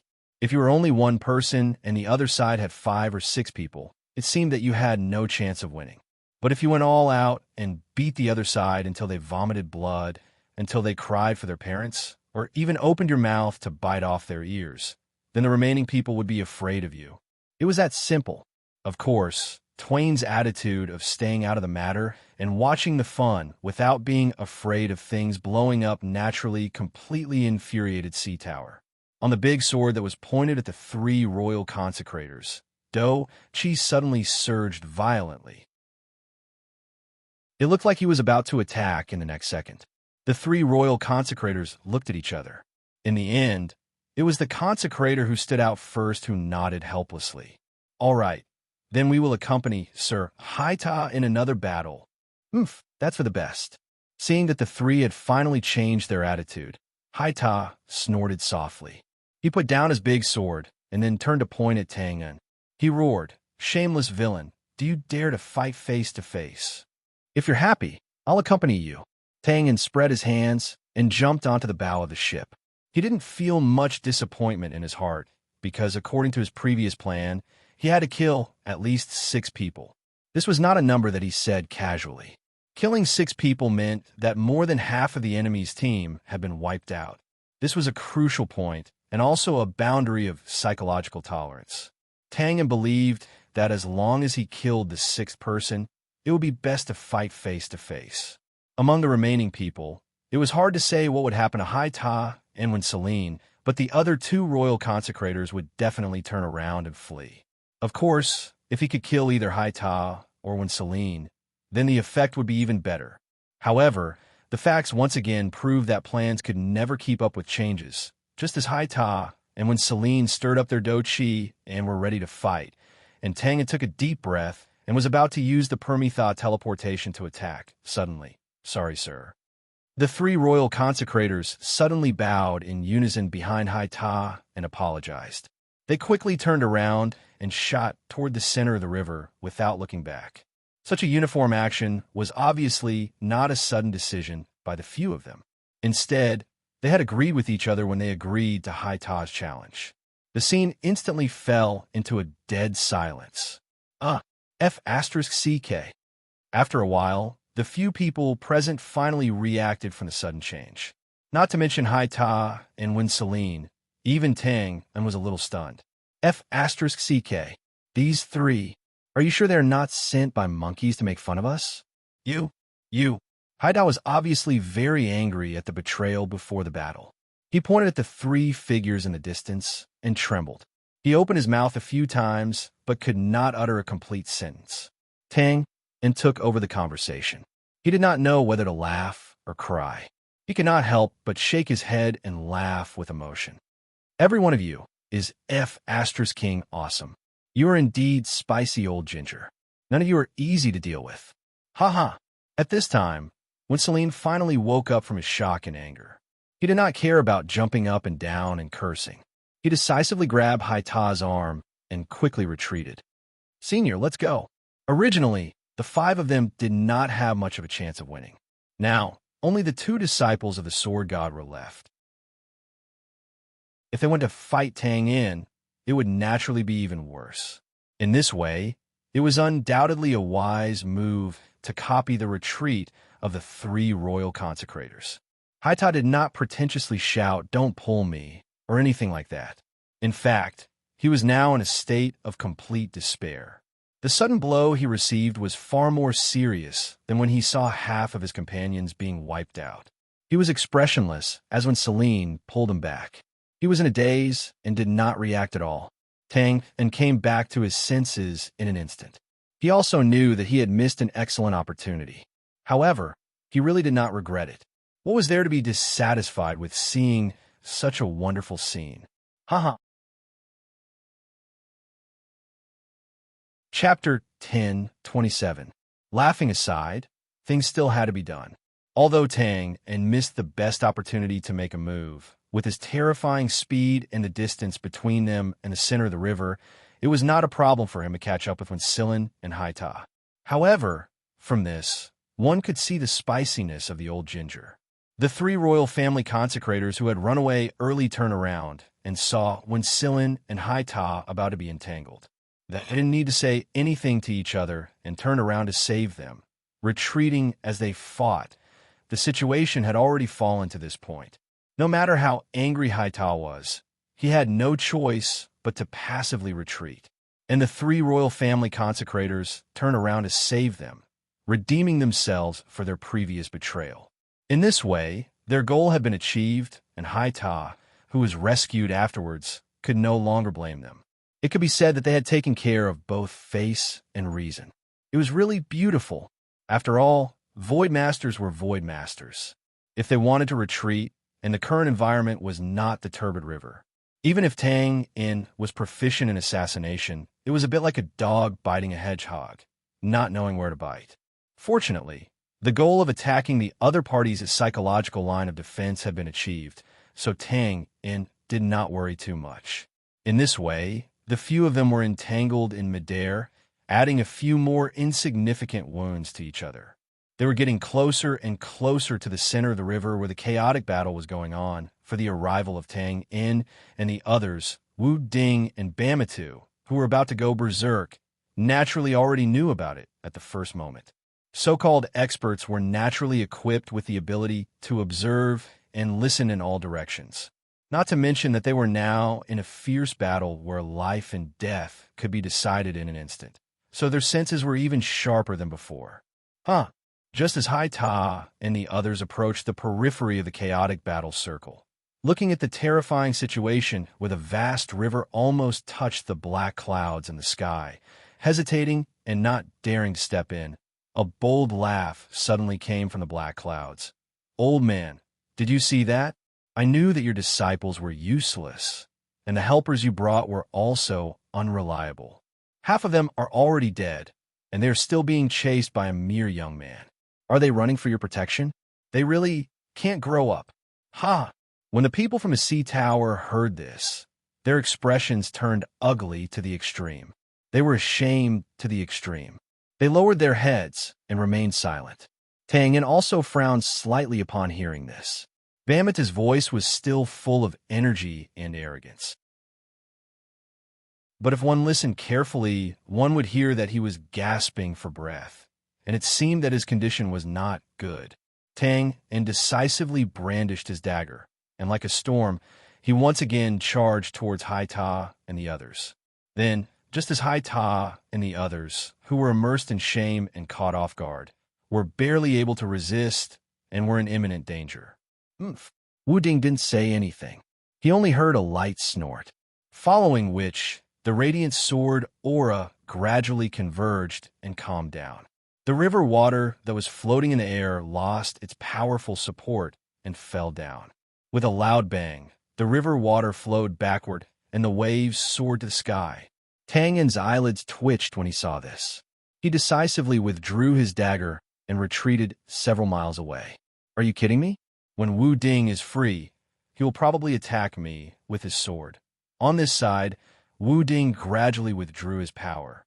On the other side, the ink-like black gas didn't take the opportunity to chase after him. It also converged and condensed, forming a bleak sky. Walala! The rain that had not stopped and was gradually increasing in intensity finally had the time to recede. It poured down in a very cheerful manner. When the river surface finally calmed down, large and small white spots continued to appear, almost covering the entire area in the middle of the river in an instant. Those were the fish that had been killed by the shock, turning their white bellies upside down. Although this situation looked spectacular, it was actually expected. Under such a terrifying power that could destroy heaven and earth, it would be strange if these small fish could survive. In fact, they were lucky to be able to keep their bodies. Most of the fish had been crushed to pieces, of course. No one would care about the life and death of these fish. In the middle of the river, the sword-wielding Wu Ding and the burly Bamatu appeared at the same time, facing each other on the left and right. Tang In's eyesight was very good. Seeing this, he didn't hesitate to flash and instantly came to Bamatu's side. It was good to enjoy the shade under a big tree. I knew you could do it. Just those disciples and helpers under Wu Ding, who are not up to par, will not be able to cause you much trouble. Turning around, Bamuta laughed heartily and patted Twain on the shoulder. His admiration for Twain was evident in his words. It's nothing. I've only killed half of them." Tang In smiled and waved his hand, modestly without any sincerity. Then he looked up and down at Bamatu. The latter didn't seem to have any injuries. Only a trace of blood seeped out of the corner of his mouth. His vigorous body hair was also a little less. There was no doubt that it was cut off by the sword light. This was normal. When it came to warriors at Wu Ding's level and Bamata's level, external injuries were small. Dying instantly without a corpse was the mainstream situation. Of course, this didn't mean that Bamata wasn't injured. In Tang On's view, just by looking at the blood at the corner of Bamata's mouth that he couldn't suppress, he knew that he should have suffered serious internal injuries. He shook his head and smacked his lips. Don't be in a hurry to talk about me. Elder Ba, you suffered a loss? Bamata didn't mean to hide it. Wiping the blood at the corner of his mouth, he sighed and said, we're all old. But that old guy's strength hasn't regressed. That sword is still overbearing and unstoppable. Tang Yin frowned. Wu Ding's strength is still higher than yours. He waved his hand. Our realms are about the same. I'm at a disadvantage because of his Do Chi storage. Bamatu shook his head a little gloomily. With the tribe's unique sacrificial method, I thought that in the whole world, only people like me, who can absorb the power of countless magical beasts, have the largest reserves of strength. But after 2 fights, I'm actually at a disadvantage because of this. Phew! Taking a long breath, Bamatu narrowed his eyes and looked at Wu Ding in the distance. He frowned. I still can't figure it out. I also have a general understanding of the Do Chi cultivation method. How can he have such a terrifying reserve of Do Chi? It's like there's an endless small world in his body? Huh. Probably because he felt that his thoughts were too absurd. Bamatu shook his head and laughed disapprovingly. But Tang En was startled when he heard this. He touched his nose. There's a small world in his body. His expression suddenly became strange. No way. The Do Chi circulation channel? That's right. Listening to Bamatu's words, Tang En instantly thought of the cultivation method in his hands, the Do Chi circulation channel. David and the others also cultivated this secret method, and the one they cultivated was the absolute authentic version. So Tang En was very clear that there were some acupoints in the circulation channel that had the function of storing Do Chi, just like a reservoir. As long as you put it in, even if you don't deliberately cultivate to maintain it, the power inside would not disappear out of thin air. Everything was afraid of the cause and effect. Even thinking of the last time when Wu Ding came to find him, not only did he not feel shocked by the Do Chi circulation channel in his hands, but he also faintly revealed a familiar attitude. Tang En was already sure in his heart that Wu Ding should have cultivated this secret method and had cultivated it for a long time. And fortunately, he didn't go astray or even go crazy. After confirming this point, Tang En looked at Bamatu again and suddenly had a feeling of looking up at a tall mountain.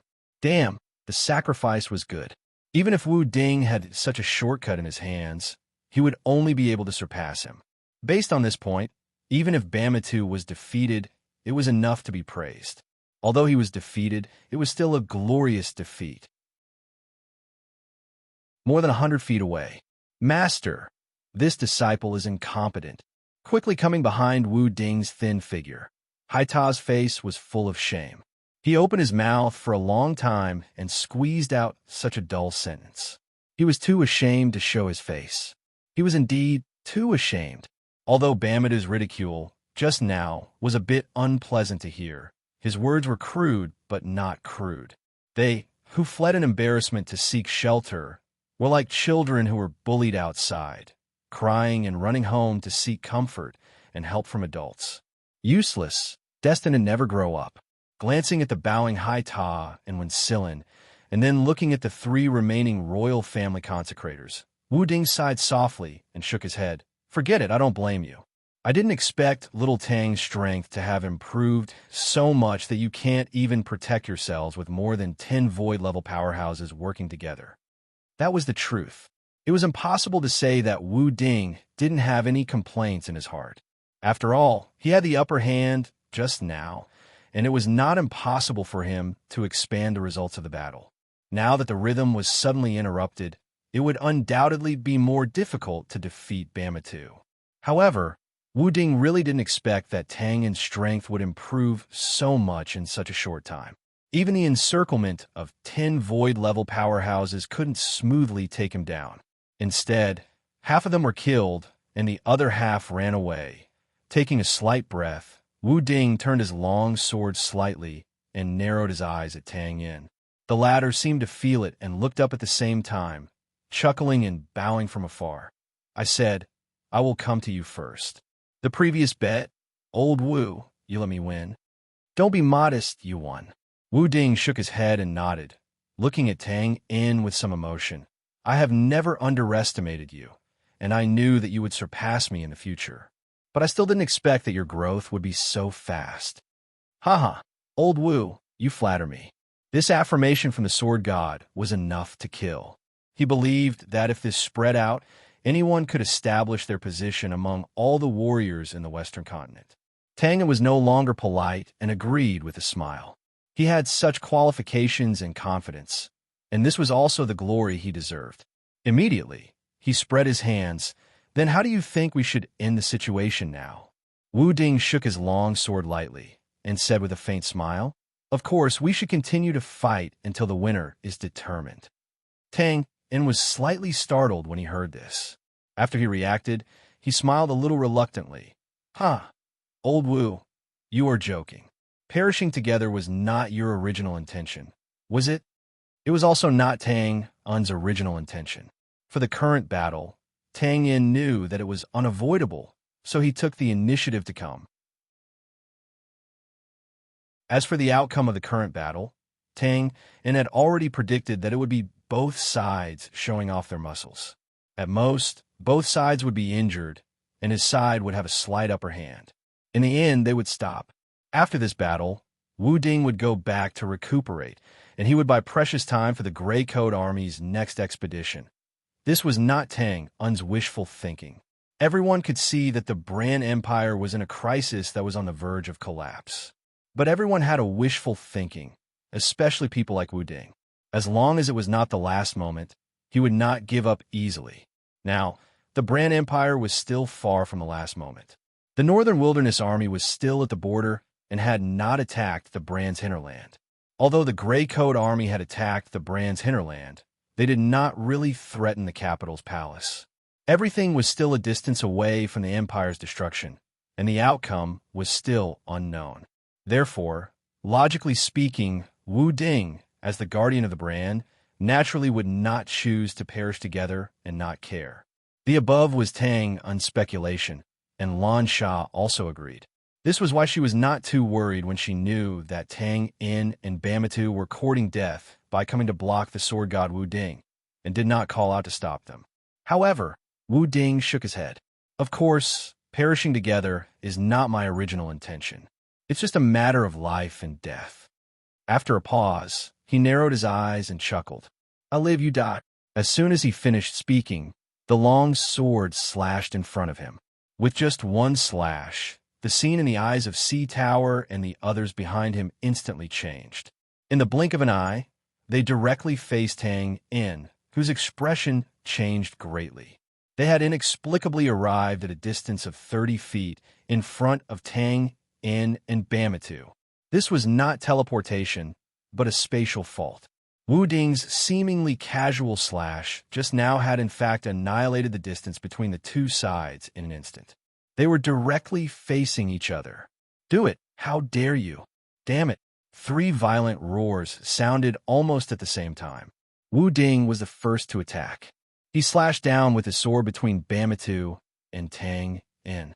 Bamatu stepped forward to block almost at the same time. In an instant, he came under the sword and blocked with his fists. Tang In had always been good at reacting quickly. Now, he was not slow either. He retreated quickly without thinking. The last to react were Sea Tower and the others. They were startled, but they also did not think much. Following the direction of Wu Ding's sword, they subconsciously attacked Bamatu together. Fighting light flashed, and black gas filled the air. In just a short time, the scene changed from a distant conversation to a state of close combat. It was chaotic. The change came suddenly, and the change was even faster. When Tang In stabilized his body, the situation in front of him had changed greatly.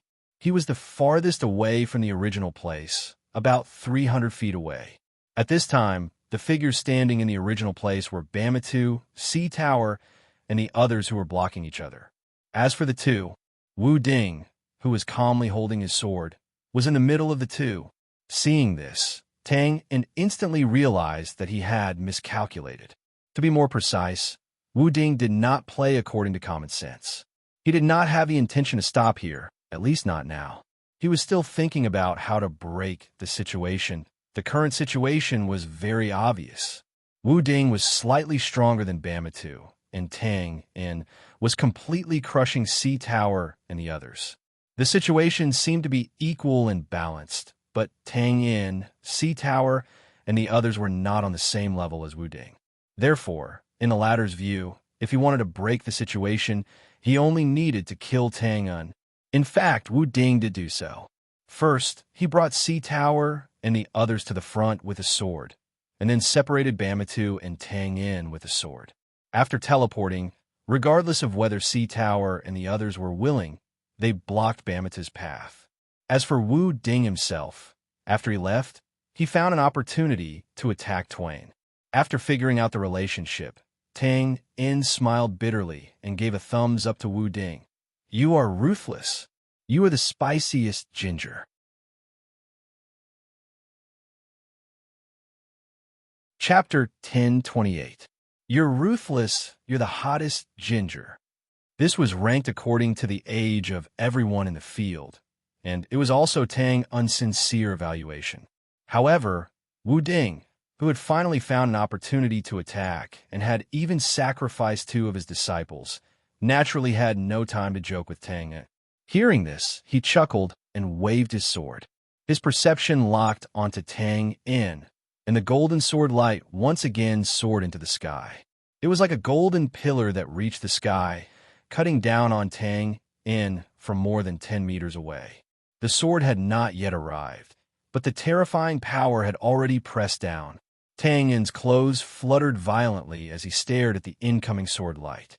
Without any hesitation, he took half a step back and used Permetha Blink, disappearing from where he stood. The next moment, the sword light cut down. Boom, boom, boom. The waves were monstrous, and violent explosions continued. A terrifying gully more than 100 meters long was deeply imprinted on the river surface, and the river water flowed backwards. Wu Ding was not surprised that his sword did not hit, as if he had expected such a result.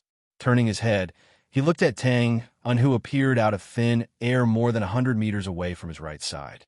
He smiled and stepped forward, instantly crossing the distance of hundreds of meters. "Little Tang, your movement technique has improved again." So that's how it is. This kind of movement technique that looks like teleportation, coupled with your unparalleled close combat ability.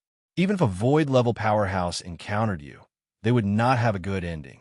Hai Ta and the others' loss is indeed not unjustified. Listening to Wu Ding's unhurried evaluation, this time it was Tang Un's turn to be speechless. He did not have time to respond to this. As soon as his figure came out of the space, he disappeared again, leaving a trail of afterimages behind him as he ran madly towards the rear. The power of the sword god. If one did not personally experience it, who could really understand its horror?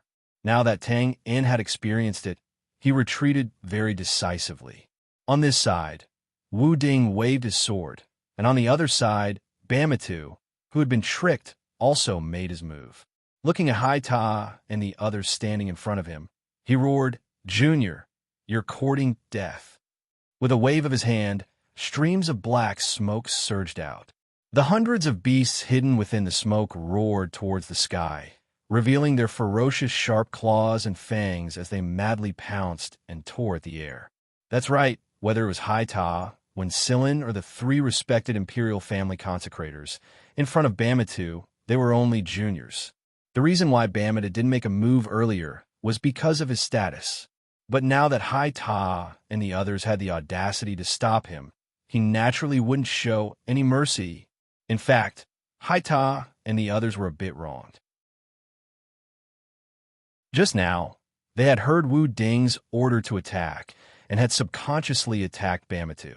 Under normal circumstances, even if they had more courage, they wouldn't dare to provoke a fierce person like Bamatu in the northern wilderness. But now that they had provoked him, it was impossible to escape.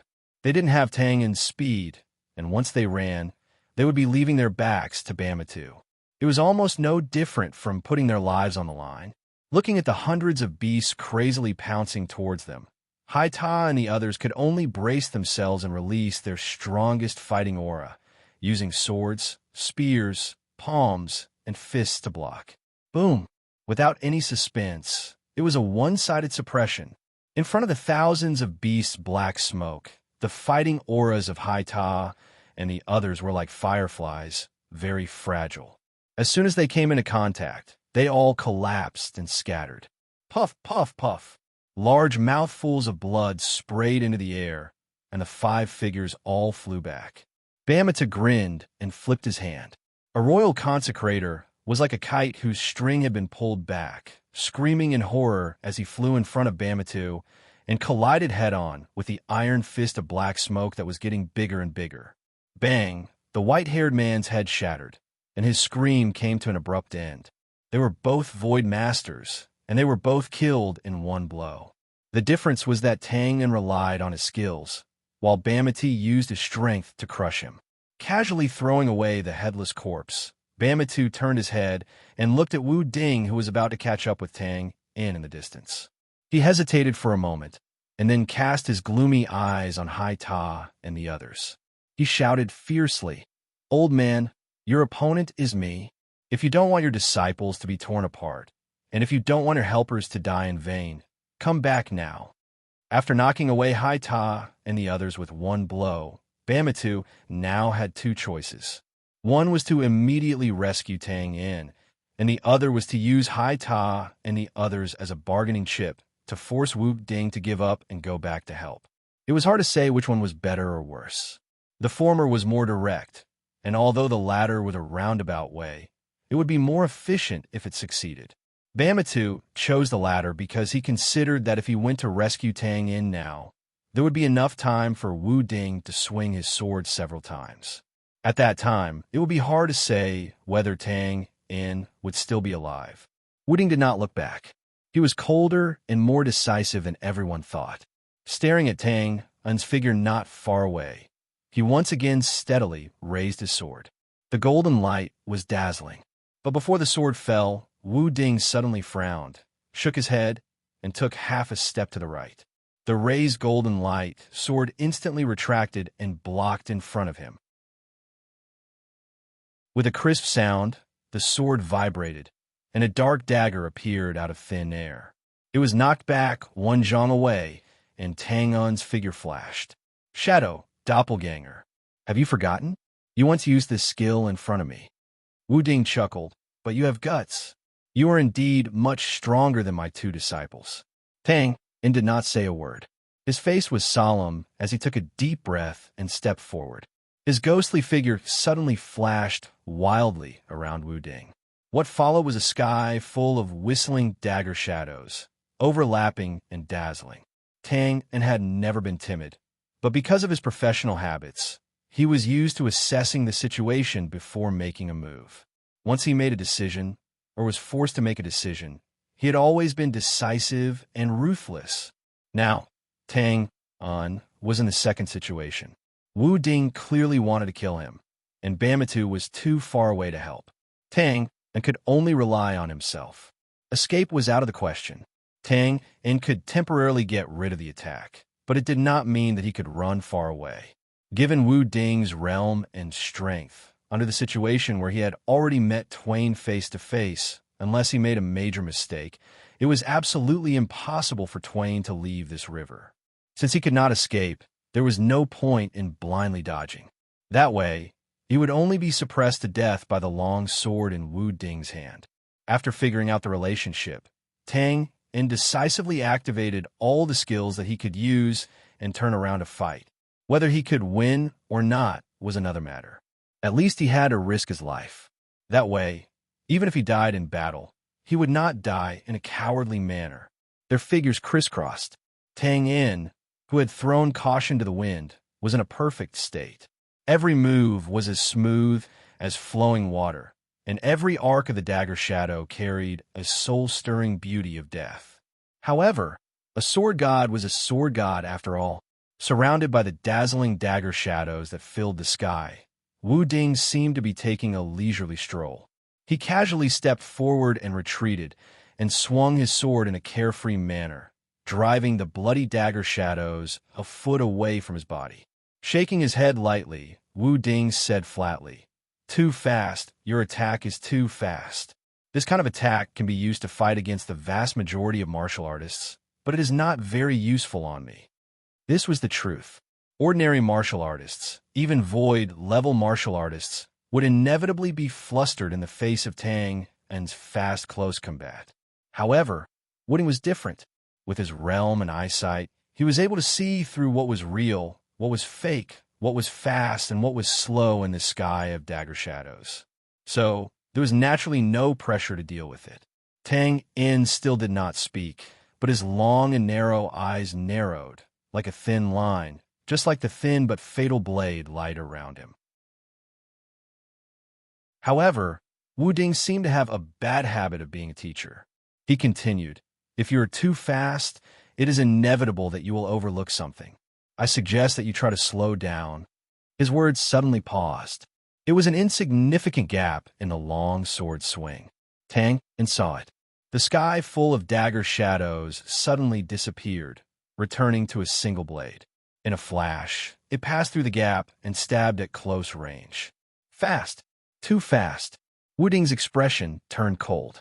His previous calm appearance disappeared without a trace. He frowned and shouted, "Shake!"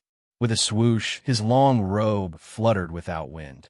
His whole body was like the rising sun, bright and hot. In an instant, it emitted a golden light, dazzling beyond compare.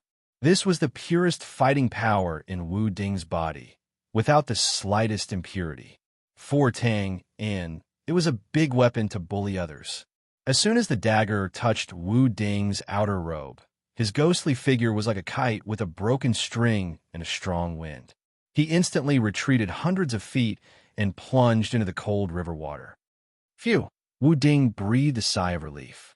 His expression was not relaxed. Just now, he smelled the long-lost smell of death. Shaking his head, he looked at Tang En, who came out of the water, and a self-mocking smile appeared at the corner of his mouth. It turns out that you can be faster. I am old, and my concept is old. You don't have to listen to me. Continue to follow your own martial arts path. Tang En still did not answer. He raised his hand to wipe the blood at the corner of his mouth. His figure flashed, and he came to Wu Ding again, continuing to attack with the dagger according to the original rhythm. When Wu Ding saw this, he was slightly stunned. After he understood what was going on, he looked at Tang En with even more admiration and a trace of pity. Although Tang En had been silent, his actions had already shown his attitude. Your strength can be stronger than mine, your realm can be higher than mine, and you can even kill me. But, as long as you're not dead, I will continue to attack and wait. Waiting for you to show any weakness, I will attack without hesitation. If the attack fails, I will continue to wait, waiting for the next opportunity to attack, until you die or I die. Thinking about it, there was no more terrifying silence in the world than this. There was a terrifying silence on one side, but there was a terrified scream on the other side. Ah, there was another scream that came to an abrupt end.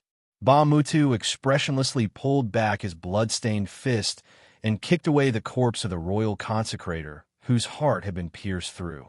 He swept his gaze across the area and looked towards Sea Tower and Winston, who were supporting each other not too far away. In a cold voice, he said, "Since that old bastard no longer cares about you, then I'll take care of you for him."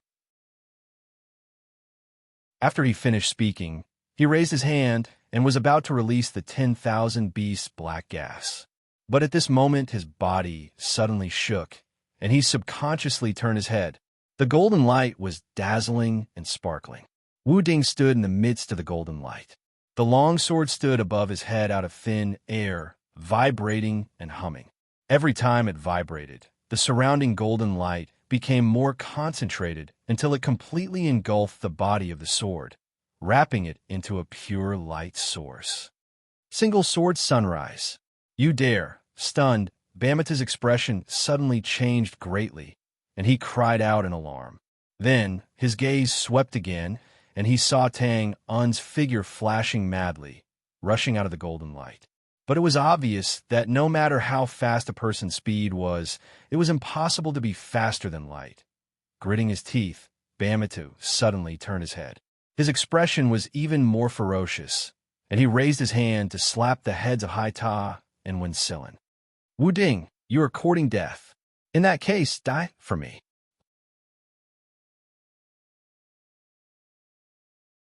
Chapter 1029. The sword god Wu Ding's martial arts were exceedingly profound and complex. Among them, the most famous was the sword god's three swords, which was widely known in the world as the sword god's three swords. One sword comes from the east, one sword rises from the sun, one sword dominates the world. Understanding this, it was not difficult to understand why Bamatu suddenly went berserk.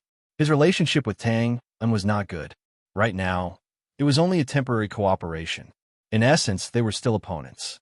But because Lan Sha was mixed in, Bamatu could not let anything happen to Tang Yin. At least, he could not let it be killed in front of him. Otherwise, he would not be able to explain to Lan Sha when he returned. But how could the sunrise sword be easy to deal with? Because of the distance, Bamatu could not stop Wu Ding's attack. He could only vent his anger on Hai Ta and Wen Silin. This way, even if Tang Yin was unfortunately killed, he could drag them down with him and feel better. With this thought in mind, Bamatu naturally did not show any mercy. As soon as the black gas covered them, Hai Ta and Wen Silin seemed to have been struck by lightning. Their desperately erupting fighting auras collapsed instantly. They spat out large mouthfuls of blood. Their bodies were like withered leaves in the rain, powerless and drifting away. As soon as the momentum fell, the golden light and the angry roar of 10,000 waves rose again. Obviously, Wu Ding had already used the sunrise sword. Bamatu did not look back. Was there need to look back? Even though Bamatu and Wu Ding sighed more than once, Tang Yin's future achievements would surpass them and become the new king of Caesar's Road. But that was in the future. The current Tang Yin only had this kind of potential. Bamatu did not think that he could escape from Wu Ding's sword. Thinking of this, Bamatu was expressionless. He stepped forward and raised his hand again. The 10,000 beasts opened their bloody mouths and roared at the sky. Then, like a tide, they rushed toward the dying Hai Ta and Wen Silin. Boom! Crash! Swordlight flashed, and all the beasts roared. It was as if a thunderclap had suddenly exploded by his ears, and a vast expanse of muddy and enormous waves instantly soared into the sky, hanging in the air to form a torrential waterfall that went straight up and down, and it was a rather magnificent sight. Floating back a few feet, Bamatu's face darkened as he stared at the thin figure swaying left and right in front of him. He sneered, "Ha! I thought you were ruthless, but it seems like you still don't want your disciple to die." That's right, at this critical moment, it was Wu Ding who rushed over to stop him. In the end, Wu Ding still couldn't bear to part with his two direct disciples. In order to protect the two from the sea tower, he had obviously paid a heavy price.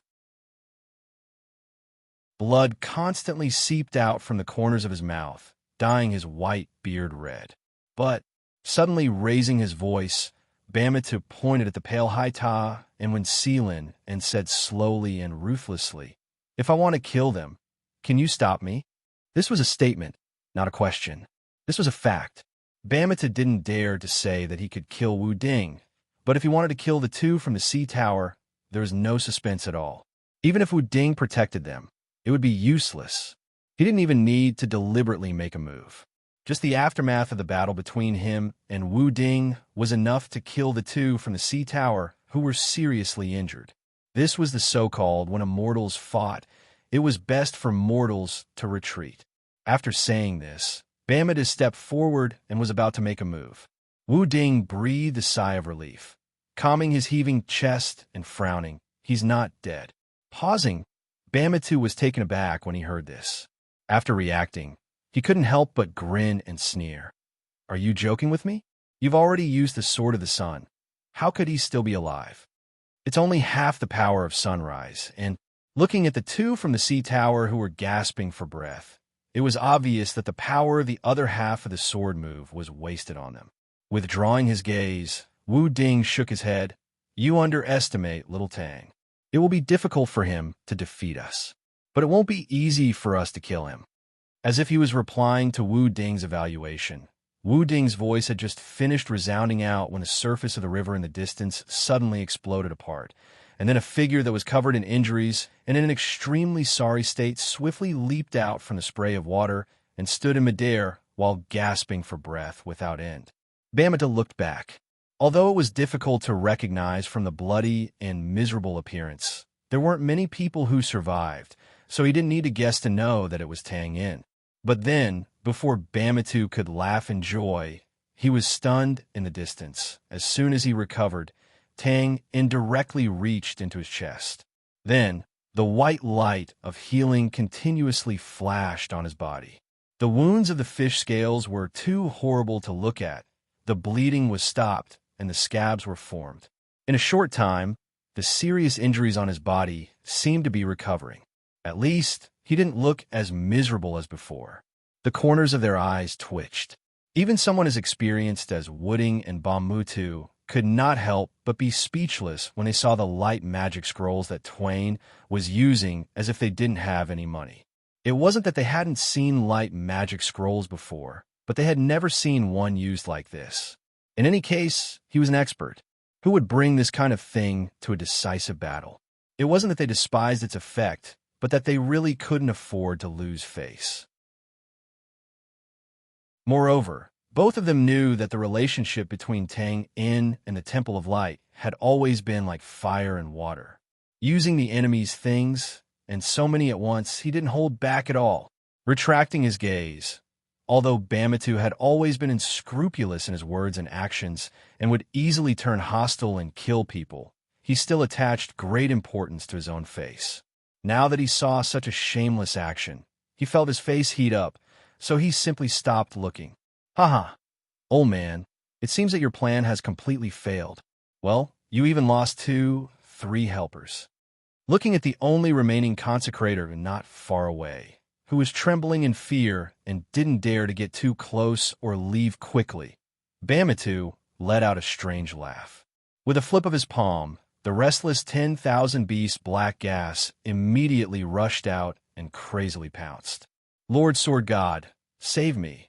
The surviving consecrator had some brains. He didn't turn around and run away like a retard. Instead, he screamed in horror and rushed toward Wu Ding's position. A trace of pity flashed in Wu Ding's eyes. He shook his head and sighed silently. After hesitating for a while, he raised his hand and waved his sword. A giant sword light, like a golden pillar that reached the sky, instantly cut through the air. Seeing this, Bamatu suddenly laughed. He didn't dodge, but mobilized the 10,000 beast black gas and directly faced it head-on. Boom! It was another scene of a disaster that shook the sky and surged waves. For Wu Ding and Bamatu, this was just normal. 4 warriors at their level of strength. It was no joke that they could overturn rivers and seas with a raise of their hands.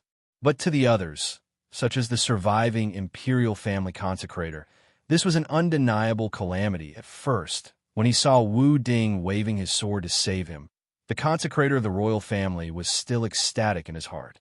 But before a smile climbed to the corner of his mouth, he saw the shock waves that spread out due to the violent collision between the giant golden sword and the 10,000 beast black gas. His expression suddenly became infinite horror. He forcefully burst out all the Do Chi in his body and roared as he attacked. But as soon as they came into contact, puff, the sky was filled with a bloody mist, mixed with countless lumps of things that splattered in all directions. In just an instant, his body quickly caved in at a speed visible to the naked eye, as if everything in his body had been spat out. In fact, the truth was not far from it. This was the terrifying aftermath of a battle between peerless masters. This was also the reason why Wu Ding shook his head and sighed before. Before he attacked, he knew the result would be like this. The level of their strength was not something that ordinary cultivators could digest. Even Void Masters were no exception, not to mention that this consecrator of the royal family was still injured. There was no suspense. He was shaken to death. Of course, if Wu Ding wanted to protect him, then this consecrator of the royal family would not have been killed in a single blow. In the end, The reason was because of the two people behind Wu Ding. He could not sacrifice his own direct disciple to save him just because of an outsider, who was not selfish. Wu Ding was no exception. Walala, the rain became even heavier. Finally, less than an hour after the start of the battle, the river became quiet for the first time. At this time, there was no one else in the field. Except for Tang In, Bamitu, and Wu Ding, the royal family consecrators were all wiped out. The field was cleared. Bah! Tang In spat out a mouthful of blood and looked up at the sky to wash the blood off his face. He shook his head and looked at Wu Ding calmly. He asked in an unusually serious tone, "Do you want to try again? Try and see if you can kill me?" Bamitu was taken aback when he heard this, and then couldn't help grinning. Just now, because he was too focused on Tang Un's shameless healing, he had overlooked an extremely important detail. That was, despite all the reasons, Tang Un had escaped unscathed from Wu Ding's sword. This was an indisputable fact. Based on this point alone, Tang Un had the qualifications to challenge Wu Ding head-on. The current him was not a potential stock, but a real blue chip. He already had the ability to control the situation in the field. Wu Ding paused for a moment, then nodded lightly and sighed. "I want to try again."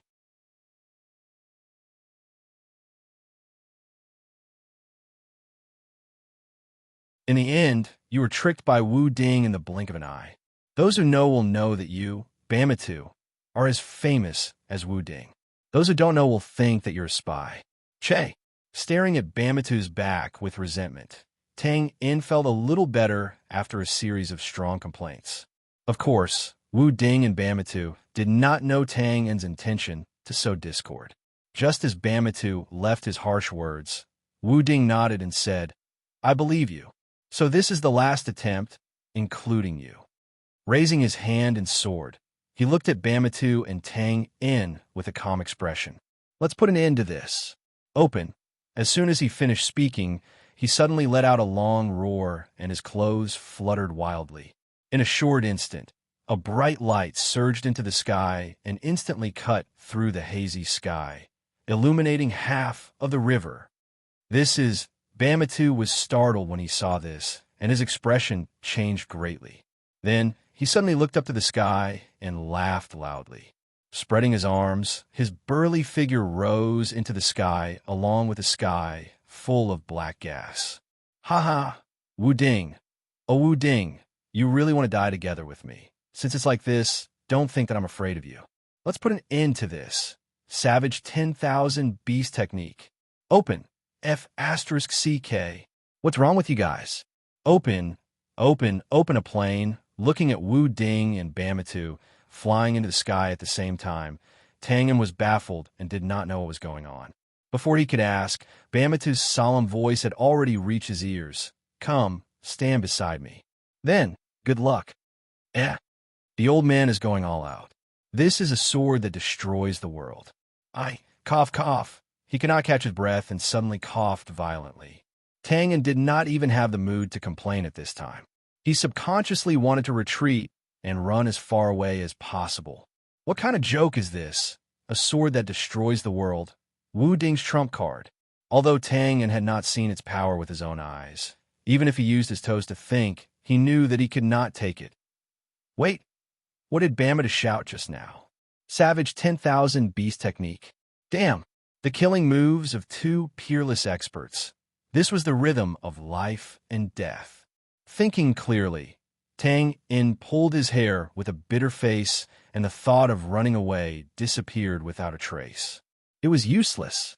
As long as Tang In could not leave this huge river in a few breaths, it would be impossible to walk out of the range of the sword and the savage 10,000 beast technique. In this way, there were only two places where he could hope to save his life, beside Wu Ding and Bamitu. Looking up and looking at the two people floating behind Wu Ding, Tang In wished he could replace them, because from the historical record, it seemed that the other side was more reliable. But, alas, with a sigh, Tang In flashed to Bamitu's side, touched his nose and asked, "Are you sure? If I say yes, would you believe me?" Bamitu did not look back. His tall and sturdy body trembled slightly, mobilizing the black gas that filled the sky to gather.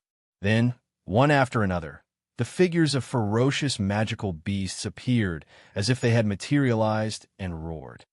Whether you believe it or not, I believe it anyway. Seeing that the situation could not be reversed, Tang In quickly adjusted his mentality and curled his lips to pass the time. Of course, Bamita did not understand this joke, and he did not have time to think about these problems now. His face was solemn, and his brows were unconsciously wrinkled. He opened his arms in front of his body as if he was greedily grabbing something. As the black gas around him became more and more pervasive, those ferocious magical beasts began to become restless. Their scarlet eyes gradually retracted from Wu Ding and turned to stare at their companions, roaring vigilantly. Similarly, Wu Ding, who was more than 1,000 feet away, was also the same. The difference was that he was not controlling more than 10,000 magical beasts, but a sword floating in front of his chest. The golden light of the sword became more and more dazzling. It was like a blazing body of light, illuminating tens of thousands of feet. It was still spreading, as if to replace the gloomy sun hiding in the clouds above, covering the world. Not long after, above the river, on one side was a sky full of black gas. On the other side was a bright golden light.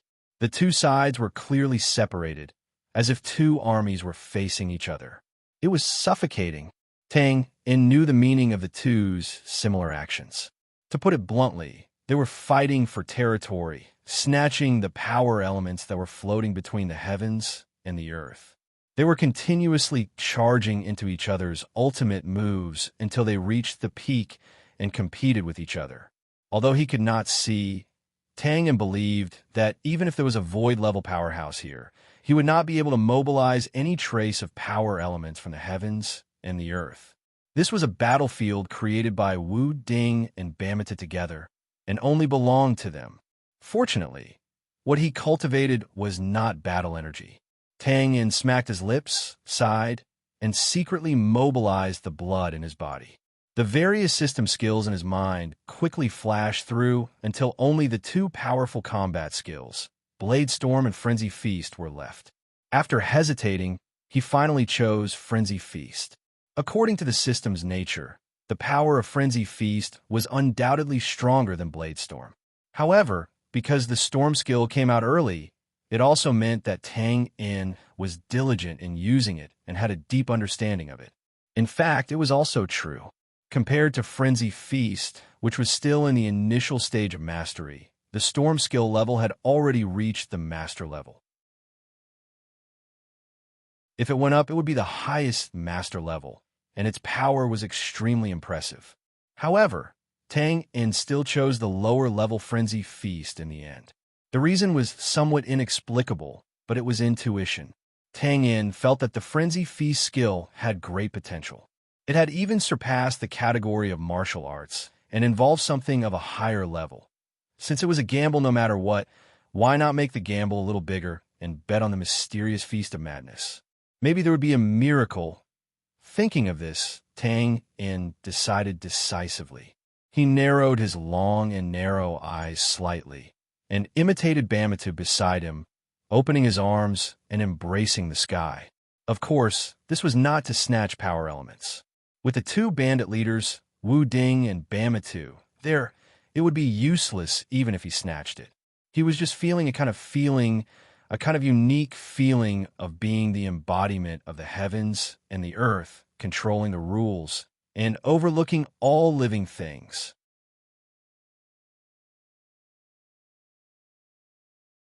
Chapter 1031.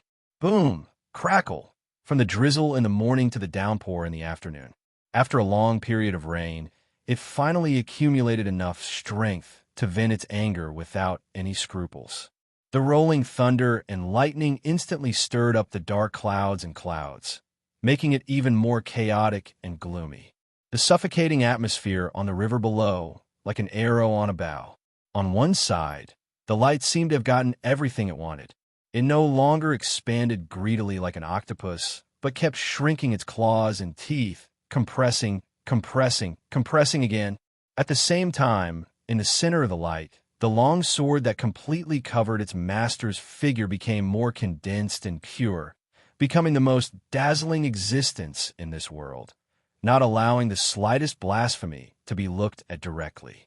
On the other side, the black gas that filled the sky had no intention of retracting, but the tens of thousands of demonic beasts in it were constantly killing each other. Confrontation, roaring, biting, wailing. There was not an inch of space where there was no fighting. Not a single demonic beast could stay out of it.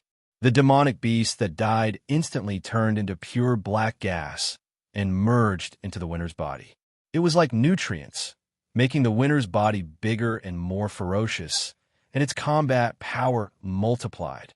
These two completely different ways of accumulating power fell into Tang En's eyes, and his expression became somewhat thoughtful.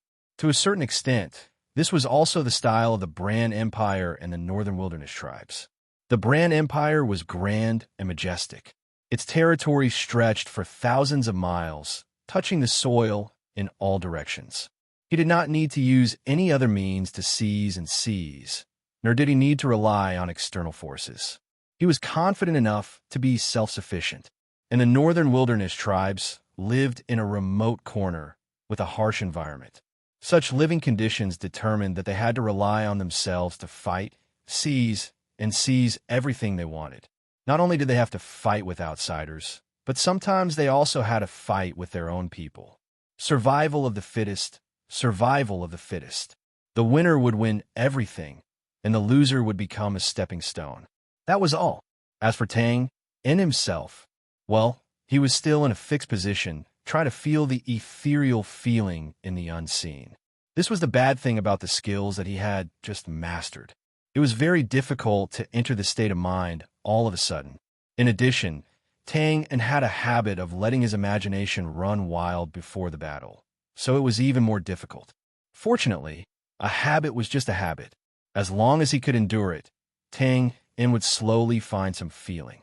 On the outside, the pupils in his narrowed eyes gradually cooled, dimmed, and eventually became indifferent and desolate. How should he put it? This feeling was very strange and subtle.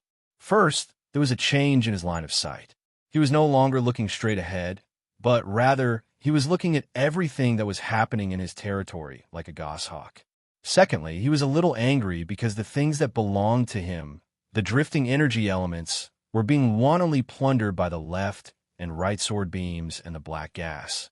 Finally, he couldn't hold it in any longer. Tang En frowned quietly. With a thought, he tried to retrieve these doqi elements. In the end, he was killed in a flash. As soon as his consciousness was released, it was cut into pieces by the two large guillotines that came from the sky. Then, he watched helplessly as the energy elements that had just been pulled back were pulled back again. Tang En felt even angrier and a little helpless. It was as if two robbers had broken into a house under his nose and were openly taking away everything that belonged to him. As the owner, he could only watch helplessly from the side because his small body was really thin. He couldn't stop it. Don't interfere. Just protect yourself. Bamitu, who was at the critical moment of accumulating power, suddenly frowned slightly. He glanced over and said faintly. Obviously, Tang En's attempt to seize the energy elements did not escape Bamitu's perception. This was normal. The battlefield had been completely taken over by him and Wu Ding. Any trace of movement could not escape their perception. They also couldn't allow other forces to step in.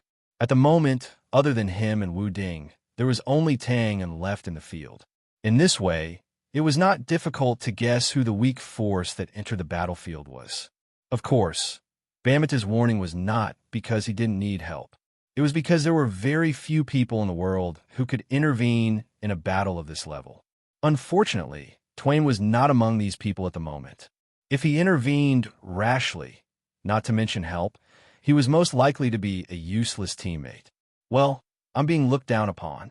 Tang En, who originally wanted to try again, couldn't help but feel even more depressed.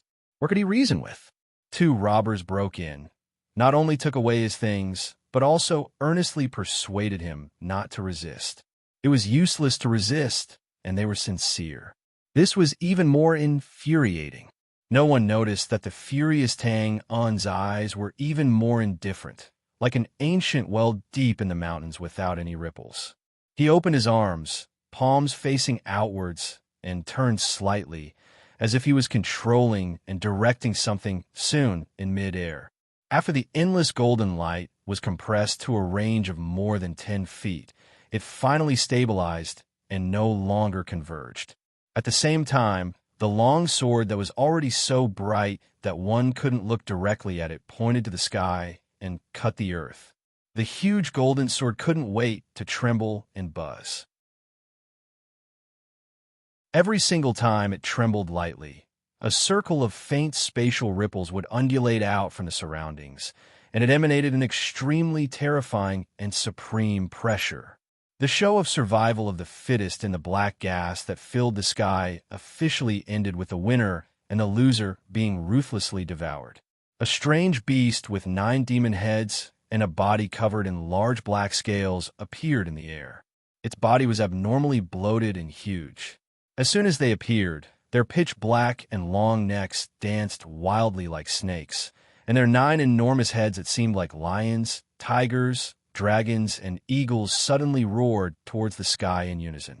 They seemed to be announcing their new life to this expanse of the heavens and the earth, and they were awe-inspiring and insufferably arrogant. There was no need for orders. After the roar, the huge beast's 9 huge heads all stared at the huge bright sword. They either roared in a low voice or raised their heads to provoke, eager to pounce. The sword moved slightly, and the tip of the sword pointed directly at the beast. The trembling sound was even more urgent, like the chirping of cicadas in summer. It was also impatient. A great battle was about to break out. A beast is still a beast after all. No matter how much it devours and evolves, it is still ugly and ignorant. Just like the northern wilderness tribes, even if you have the chance, you will never become the king of this continent. Nothing could be seen in the dazzling light, but this indifferent and slightly mocking voice could only be said by Wu Ding. Beasts are ugly and ignorant, but they know how to feed back. Unlike you brand people, who are always hypocritical and despicable. After a long laugh, Bamitu raised his head and stood on top of the beast. His hair and beard fluttered in the wind, and his domineering aura was revealed. Now that my tribe is flourishing, the Chun army will invade the border in a few days. And you brand people have long been rotten, relying on the 2 gods to survive until now. Now that the military god Z is dead, as long as we defeat you, the sword god, the brand 1,000-year palace will eventually be replaced by the northern wilderness tribes. Not a bad idea, but unfortunately, the sword is in my hands. Who can defeat me in this world? Today, I will kill you with my palm. A loser in the past. You think you are worthy? Once people get old, they love to nag endlessly. Why don't they just start a fight and be done with it? Twitching his mouth, Tang looked at the 2 robbers who barged into his courtyard and secretly cursed. Of course, this so-called cursing was just a joke. Tang could actually understand how Wu Ding and Bam Mudu were feeling right now, including their rare, arrogant conversation that was more like a loss of self-control. At their level of strength, standing at the pinnacle of martial arts in the continent for many years, it was inevitable that it would not be cold at the top, and was the loneliest and most invincible. Therefore, they usually restrained themselves to the extreme. One of them lived on a barren mountain outside the bustling capital, while the other retired to the library in the imperial city, not caring about the world. It wasn't that they didn't want to be arrogant or show off their domineering aura. The key was that on this continent, there were very few people who were worthy of such an attitude. However, it was different now. One was the strongest person on the continent, while the other was the strongest person in the northern wilderness. There were many grudges in the past, and now that they were facing each other, there was naturally no need to hide. In addition to determining the winner in terms of strength, they also had to determine who was stronger in terms of words. However, perhaps they also heard Tang Un's silent ridicule. After a few rounds of personal attacks, Wu Ding and Bamitu finally stopped talking and attacked almost at the same time. Cut the crap, let's fight. World Annihilation Sword. Break. Huh. I'm afraid you won't come. Savage 10,000 beasts art die. As soon as he finished speaking, light shone brightly. The sword's roar shook the world like a dragon's roar, and the beast's roar shook the sky like thunder. When the dazzling longsword and the ferocious beast moved at the same time, Tang Yin, who controlled the world, felt the most shocked. In a short moment, he felt the space around him suddenly tremble violently. The light was distorted, the scene was mixed, and the falling raindrops were strange and unpredictable. It looked like the snow-covered, wrinkled screen of the old-fashioned TV in a modern world when the signal was bad. It was very blurry and strange. Not good. The space in this area is about to shatter. Realizing this, even Tang Yin, who was indifferent to everything, couldn't help but feel his scalp tingle. F***CK, the space was about to shatter after just making a move. Then, when they really collided, what kind of terrifying scene would it be? It was unimaginable. It was also unimaginable. Now, Tang Yin could only ignore the strange space around him and follow Bamitu closely. In this way, he wouldn't be instantly crushed into pieces in the first collision. However, Tang Yin, who seemed to be cowering, had already put his hands together in front of his chest at some point in time, forming a strange hand seal that looked like two sword fingers. His elbows were bent, and he looked like he was waiting for the right moment to strike. Of course, whether it was Wu Ding or Bamitu, they wouldn't pay attention to Tang Yin's strange posture now, and they didn't need to pay attention to it. To put it bluntly, two towering mountains were about to collide. Who would care about the strange actions of a tiny ant on one of the mountains? Could it change anything? Stop joking. Although this wasn't funny at all, well, it was complicated to say, but in fact, after the dazzling sword light and the ferocious beast pounced together, it only took a few breaths for the two to cross hundreds of feet of space and destroy hundreds of feet of space. Finally, they collided head-on in the middle. With just one collision, the boundless river below instantly sunk more than 1,000 feet, and the vast river water disappeared without a trace.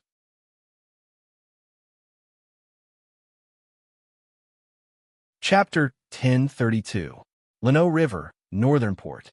Whoosh. The sky opened up, and the storm came down from afar, making it hard for people to open their eyes. Fortunately, there were not many people on the pier. To be precise, there was almost no one, so there was no need to worry about people suffering from the rain. However, the meaning of the scene was not good.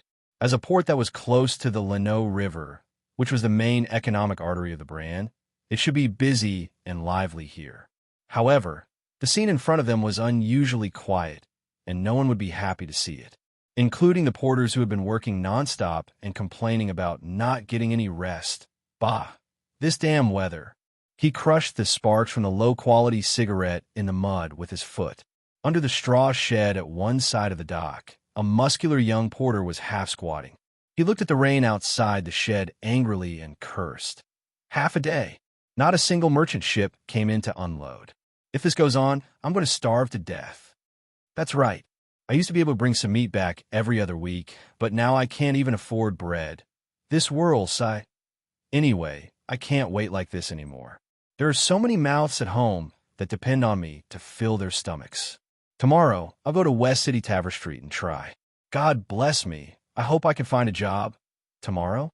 Then I'll go with you and try my luck. Boss, do you want to come with me? All right, boss. Do you have any ideas? No matter what industry it was, there would always be a clique, and there would always be a leader.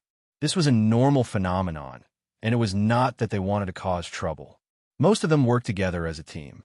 For example, once a merchant ship came in to unload, one porter would not be able to handle it. It often required a team with good teamwork to be efficient. In other words, there was almost no single porter here. Even if there was, they were called handymen. Let's wait a little longer. The leader of the group of porters in the straw hut was a middle-aged man with white sideburns. He was holding a low-quality cigarette that was about to burn out between his fingers. His eyes were lifeless as he stared at the few lonely boats anchored at the docks in the rain. He took a deep breath and sighed. Let's wait a little longer. It wasn't easy to reserve these two docks. Once we leave, it'll be difficult to come back. This was a fact. Although there were many docks in the port, there were also many porter teams. It was normal for there to be too many monks and not enough gruel. Everyone wanted to occupy more docks and gain more benefits, but there were many ways to do so. Not only did they have to deal with the greedy officials who were in charge of the port, they also had to have the resources of the merchant ships they were familiar with. The sect in the city also had to pay tribute to them at all times. In the end, it was the competition between porters. It could be said that it was not easy for these porters to have the right to unload goods from two docks. Needless to say, they were veterans in this industry who had worked hard for many years. It was precisely because of this that they were willing to give up on these two piers so easily. There was a moment of silence under the straw hut. Then a porter in gray shook his head in anguish. "Leader, you know about my family situation." The middle-aged leader of the porters waved his hand and cut him off. "I know. Your boy's going to enter the common academy soon, right? Heh, he's already grown up in the blink of an eye. It's fine, I still have some savings. You can use them to deal with the emergency. But this isn't a solution, I know, but we can only wait now." The leader of the porters shook his head and put out his low-quality cigarette. "You should know about the current situation. It's not because we don't have any jobs at the docks or ports, and it's also not because of this damn weather. It's because this world is in chaos. No one dares to come out to work, and the businesses in the city are very quiet. Even if we're willing to give up on the docks and go to West City Tavern Street to find another way to make a living, it'll be difficult for us to find jobs in a short period of time." This was also the truth. As for the reason, it had been mentioned many times. It was none other than the invasion of the barbarians and the uprising of the Gray Coat Army. There was no need to say anything else. Bang! The muscular young porter slammed his fist on the wooden pillar of the straw hut and roared furiously. "F***CKU. There's no work if we stay, and there's no way to make a living if we leave. Is this world breaker sect trying to force us to our deaths? Calm down, there's always a way." The leader of the porters stood up and frowned as he tried to dissuade the young man from harming himself. Then he put on a confident expression and pointed at the misty river in the distance. He said loudly, "We live off the mountains and we drink from the rivers. At the very least, we're much better than those businessmen.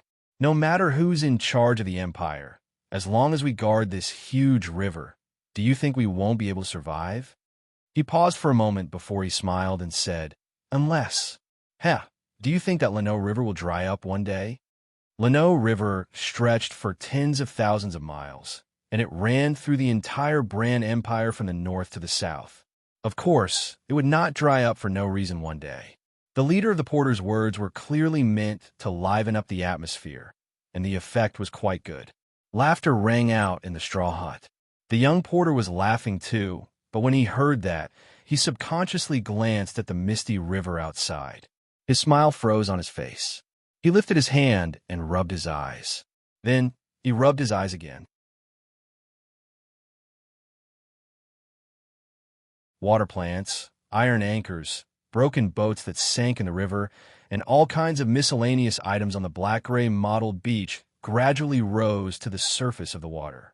Then the surging river's water receded, and receded continuously. The area of the beach grew larger, and the T-shaped protrusion of the dock grew infinitely higher. Buzz, buzz, buzz. The reins that were tied to the boats that retreated with the river got tighter and tighter. The rope stakes creaked and groaned. At a certain moment, there was a loud bang.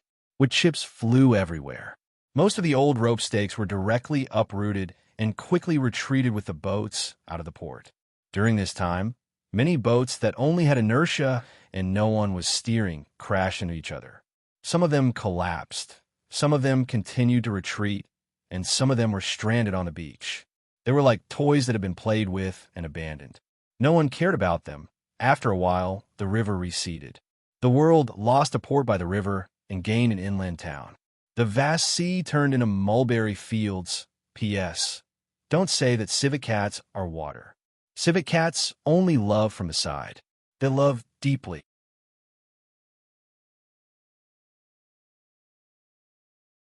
Chapter 1033. The world changed in an instant. It wasn't just this port that had such a shocking change. In a short period of time, many ports in the north and south of the Lino River that were closest to this boundless river were constantly evolving into inland small towns. And this trend showed no signs of stopping. It was like a crazy plague that was spreading and spreading wantonly. The imagination of a huge demon beast swallowing the river water was, of course, nonsense. In the hearts of those who witnessed this strange phenomenon, the most they thought was that chaos had descended, strange phenomena had descended, and so on. In fact, this wasn't a natural disaster, but a real man-made disaster at the mouth of the river, deep in the middle of the river. Thanks to the previous terrifying phenomena and the communication between the crew, no ships dared to sail to the mouth of the river. There weren't any unnecessary casualties because of this. However, it was also because of this that the strange phenomenon that was happening here was destined not to be known by the world. Silence. Silence. Dead silence. Two peerless experts. The direct confrontation of two peerless experts' trump cards, from the beginning until now, did not produce any terrifying scenes such as overturning rivers and seas or covering the sky and sun. On the contrary, it was very quiet, strangely quiet. There was no fierce wind or heavy rain. Previously, this place was raining heavily, and now it was lost again. And this time, it hurt the base of the rain. The gloomy sky was no longer there. Instead, it was replaced by a boundless dark sky. It was an extremely pure black without a trace of impurities. Below, the boundless river didn't have any waves, and there was no cheerful sound of waves splashing. The entire river was as motionless as the earth and as smooth as a mirror. Only when a layer of faint ripples appeared in the sky above would the river water move. As if it was directly cut by a smooth guillotine, it fell vertically for hundreds of meters and instantly evaporated tens of thousands of hectares of river water. This was the reason why the port by the river became an inland small town. The river water here was silently evaporated, and the river water outside naturally flowed in. With this in and out, the water level on the shore naturally fell and retreated. Of course, Wu Ding and Bamatu, who were in a stalemate in midair, didn't know about the abnormality of the river water. Even if they knew, they wouldn't care. In fact, they had restrained themselves enough. In the air, Tang In, Bamatu, Wu Ding, and Haitao were on the left and right respectively. Mixed in the middle was a grotesque world that had already collapsed. The irregular cracks that resembled a tortoise shell, the layers of colorless ripples that rippled outwards, the large and small gaps that contracted irregularly like the mouth of a certain demon beast, and the devouring and spreading pure black canopy outside. The entire space of this region was like a big bazaar. It was simply a challenge to one's imagination and ability to accept. There were all kinds of strange and bizarre things. It seemed chaotic and mysterious at the same time. Of course, there was also the ever-present danger. As the only person with the ability to observe, Twain knew very well that although the scene before his eyes was quiet and soundless, if any ripple or crack appeared in the outside world, it would be an out-and-out catastrophe. Fortunately, Wu Ding and Bamatu did not intend to expand the battlefield. They tacitly restricted the power of their killer moves to this area. They didn't do this out of consideration of harming innocent people. It was just a way of fighting deliberately compressed and condensed killer moves. The power was undoubtedly more concentrated and more terrifying. In fact, it was exactly so. The moment the dazzling giant sword collided with the ferocious beast, it instantly released a ring-shaped shockwave. Not only did it evaporate the river water, but it also collapsed the surrounding space, forming the bizarre and strange world before their eyes. The situation was not good. They wanted to distinguish who was stronger and who was weaker from this stalemate battle scene. If one didn't rely on the naked eye to see the giant sword and the strange beast, they wouldn't be able to distinguish the difference because it wasn't obvious. Of course, if it was obvious from this, then the winner of the battle would basically be determined. A more intuitive way to distinguish was the constantly expanding and irregular boundary of the collapsed world in the middle. If it was closer to this side, then the power of one sword annihilation would naturally be more terrifying. If it was closer to Wu Ding's side, then the savage 10,000 beast technique would be more powerful. Ting In, who felt something was wrong, carefully compared the spreading speed and distance of the collapsed world on his side and Wu Ding's side, and his heart couldn't help but tighten. Although it wasn't obvious, the spreading boundary of the collapsed world was indeed closer to his side. Obviously, the power of Wu Ding's one-sword annihilation was higher than Bamitu's savage 10,000 beast technique. Taking a deep breath, Tang Un's expression didn't change. He didn't remind Bamitu because he was sure that Bamitu knew the current situation better than him. He also didn't have the thought of intervening. His hands were still holding the sword gesture. Well, actually it was the 1,000 years of death gesture, and he didn't move at all. Immediately, as expected, roar, the earth-shaking beast roar that only spread here, suddenly exploded. Bamitu quickly waved his hand to respond. A sudden change occurred. At the center of the collapsed world, the 9 strange beasts raised their heads and roared in unison. Then they spat out blazing flames, corrosive venom, dazzling beams of light, or simply stretched out their necks to bite the dazzling sword. In a short instant, the space in the area trembled continuously, and the ripples in the field shook even more rapidly and violently. Another vast expanse of water on the river below instantly evaporated and vanished. Haha, old man, don't judge people with old eyes. Do you know how much preparation I've done to defeat you over the past 10 years? Slowly enjoy it. Die. As soon as the word die was said, terrifying attacks landed on the giant sword. The dazzling sword light immediately dimmed, and the collapsed world that was spreading to the opposite side also sped up in an instant. With a muffled groan, Wu Ding's body shook, and a trace of blood seeped out of the corner of his mouth. However, his expression didn't change. He slightly calmed his rising and falling chest, focused his gaze, and pointed his sword finger. Whoosh! The golden light on the sword body was majestic and dazzling, and it instantly illuminated the dark and bottomless collapsed world. In the field, the giant sword forcefully broke through the encirclement of the 9 strange beasts in an instant.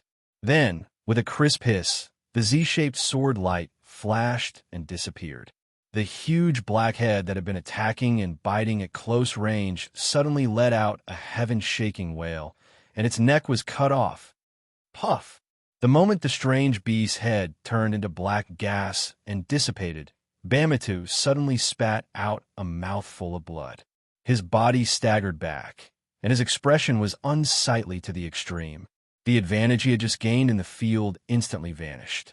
The golden sword took advantage of the situation, and slashed and suppressed the remaining 8 heads of the strange beasts. For a moment, it was very awe-inspiring. Wu Ding, you're courting death. Roaring furiously at the sky, Bamitu's hair and beard suddenly stood up, and he waved his hands repeatedly. Pure black gas burst out from his body and continuously entered the huge body of the strange beasts. In the next moment, the 8 long-necked beasts' heads suddenly danced like whips, and like a marching army, each took a mysterious position and attacked crazily one after another. In a short period of time, not only did they resist the suppression of the giant sword, but they also regained the initiative and whistled toward the giant golden sword to attack. It wasn't like they were swarming without any order. On the contrary, the 8 beasts' heads cooperated very well, advancing and retreating according to the rules, and attacking and defending in a balanced manner. The giant golden sword tried to break through the encirclement several times, but not only did it not succeed, it was hit repeatedly and retreated with a trembling sound. The natal giant sword's momentum was weak, and Wu Ding at the back naturally suffered. Every time the sword body was hit, Wu Ding's thin body trembled and caved in. Blood flowed from the corner of his mouth, and instantly dyed a small part of his clothes red. For a moment, he was in a very sorry state. Without caring about his injuries, Wu Ding solemnly observed the attack routes of the strange beasts' heads. After a moment, he frowned slightly. Ancient formation? That's right. Bamitu nodded proudly and looked at Wu Ding with some admiration. As expected of the sword god Wu Ding, you can even recognize the ancient military formation that the Saint Sip Empire relied on thousands of years ago. However, I'd like to see how you're going to break it today. It's not difficult to break it. After identifying the source of the formation, Wu Ding's expression returned to indifference, and he shook his head lightly. You used the heads of the beasts to replace the army, and the way you use the ancient formation to fight is indeed ingenious. But as I said before, beasts are still beasts, and they can never replace a regular army composed of humans. Break! He raised his hand, and with a clear shout, he slowly pointed out with his sword finger. The giant golden sword in the field suddenly swayed slightly. One gave birth to two, two gave birth to three, three gave birth to 10,000 swords. In a short breath, light flashed chaotically, and countless giant swords danced in the air, crisscrossing back and forth, dazzling the eyes. The ferocious strange beast was obviously caught off guard by this change, and its 8 long-necked heads looked around in confusion, hesitating as if it didn't know which one to attack.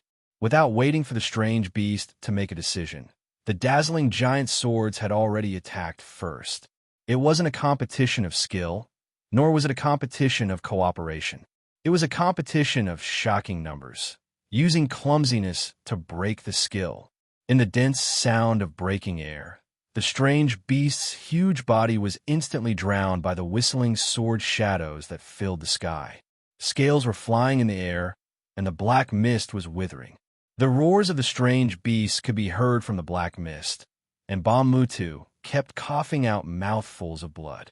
Clearly, the ancient formation that Bammutu had spent so much effort to prepare had been completely destroyed. As expected, this time, Tang In clearly saw that before the sword finger pointed out, a few spots on Wu Ding's trembling body lit up first. If he remembered correctly, those were the acupuncture points with storage function.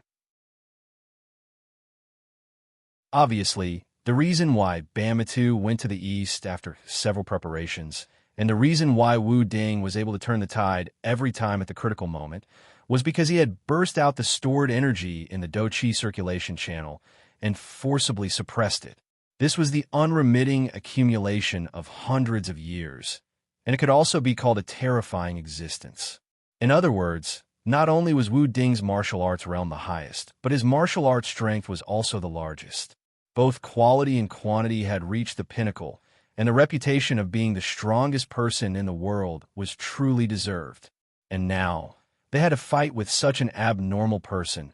The corner of Tang Un's mouth twitched slightly, and he couldn't help but smile bitterly. The uncertainty of surviving in his heart immediately decreased, and his body and mind were ice cold.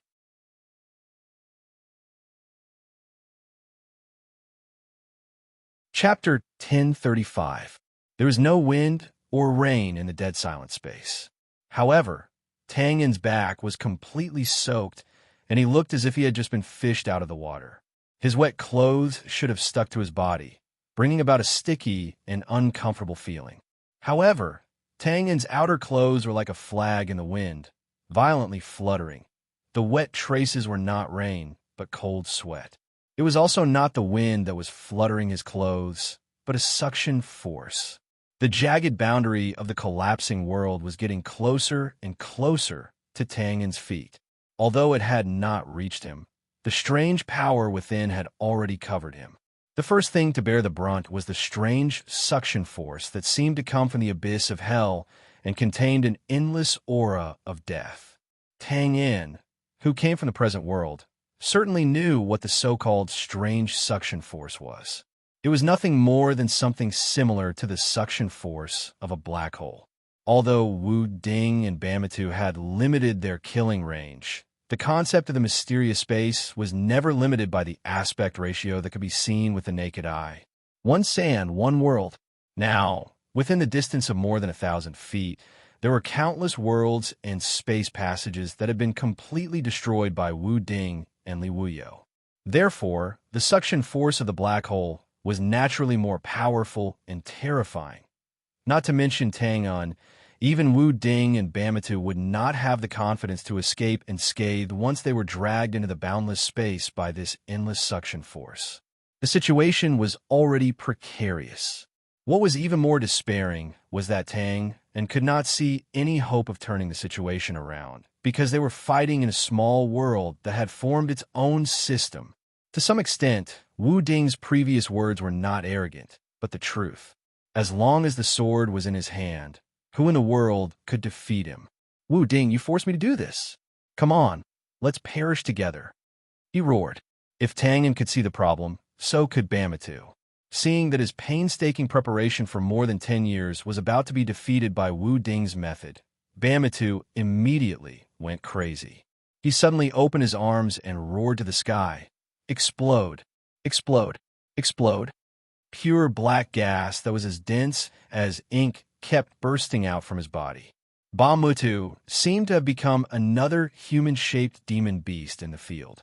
His originally tall and sturdy body suddenly swelled up rapidly, making him look ferocious and terrifying. Before Tang could react, Bamatu suddenly took a step forward and dodged. Like an arrow leaving the bow, he resolutely charged into the collapsing world.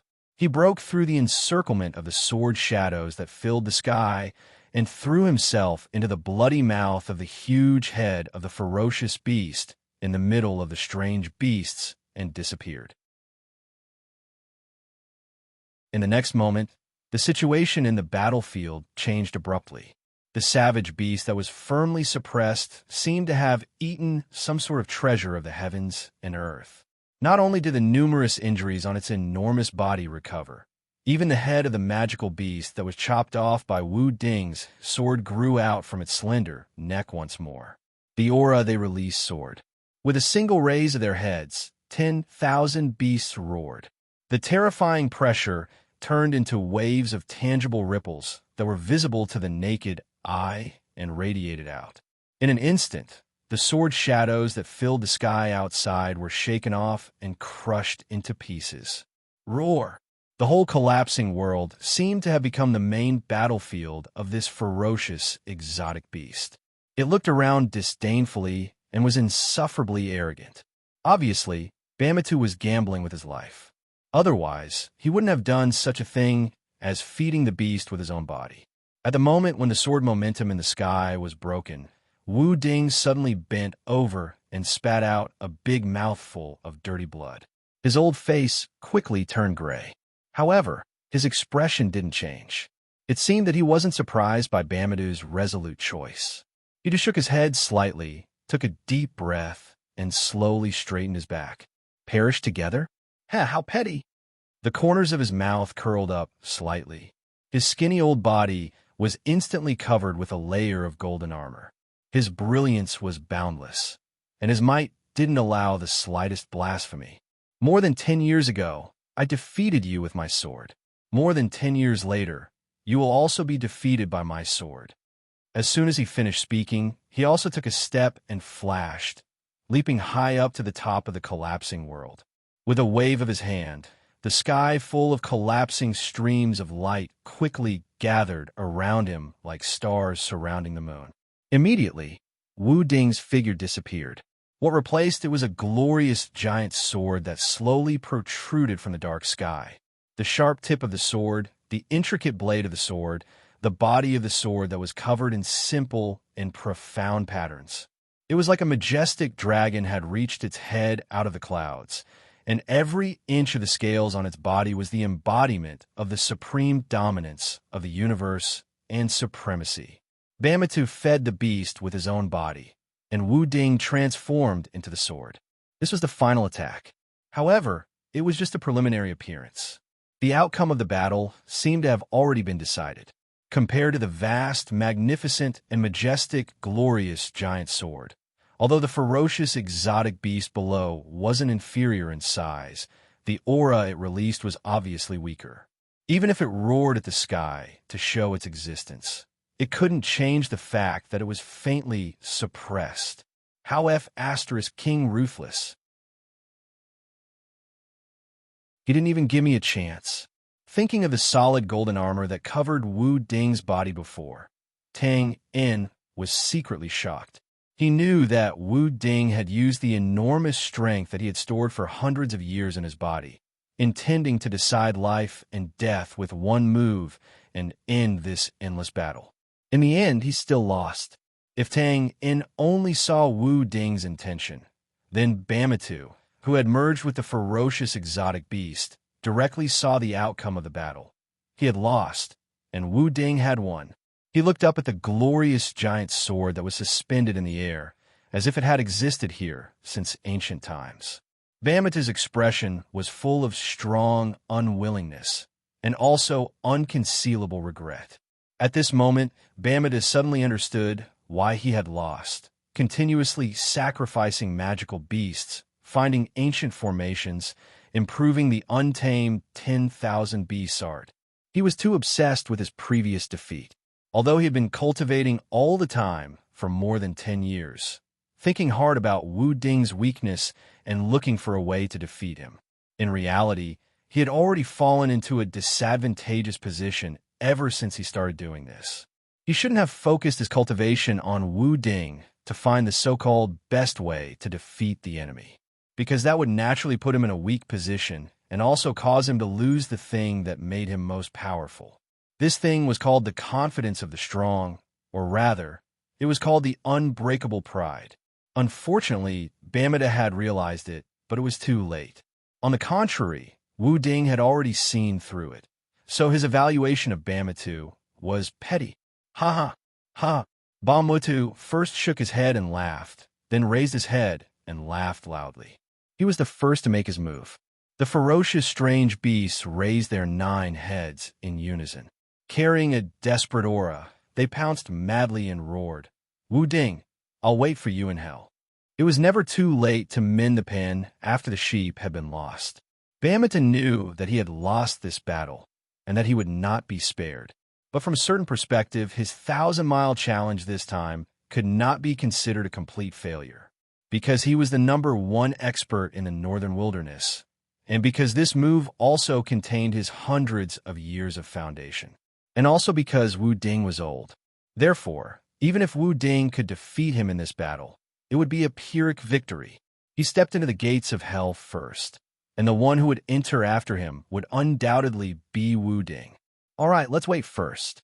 Nodding lightly, Wu Ding did not pretend to be modest about the outcome of this battle, nor did he deny Bamitu's deduction that was more like a curse. At his age, he had long lost his sense of reverence for death. Wu Ding only felt a little emotional, feeling that he had won in the end. Then, he felt a little regretful. It was a pity that after this battle, he was destined to be alone with not much time left, and there would be no more opponents in the world. Oh, there was also a little regret, because this battle would also disappear a martial arts genius who would definitely surpass his achievements. Thinking of this, Wu Ding subconsciously narrowed his eyes and looked down. His gaze passed through the ferocious exotic beasts and landed on a figure at the periphery of the collapsed world. Paused for a while, slightly stunned, his body slightly bowed and leaned forward. His palms were pressed together in front of his chest, forming a strange gesture. His eyes narrowed, and he stared at this side. Tang Yin's posture made him look like a cheetah hiding in the bushes looking for food. It was as if he would leap out in the next moment and attack in the air. Was he going to attack? Realizing this, Wu Ding calmly retracted his gaze and no longer paid attention. There was no contempt or ridicule. On the contrary, to be honest, Wu Ding had some appreciation for this choice. No matter how strong the enemy was, one had to fearlessly attack. This was a commendable attitude of spirit. Of course, there was nothing else to say other than that. The gap was too big, like clouds and mud, and also like heaven and earth. There was no point in comparing or even caring about it. Wasn't that so?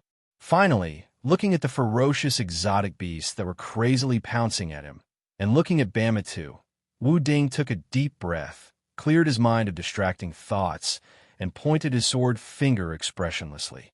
Suddenly, the vast giant sword was raised high, like a flying dragon in the wild, looking down on all things. In the next moment, it slashed forward. Suddenly, a long roar pierced through the clouds and cut across the battlefield. Now, take my 1,000 years of pain.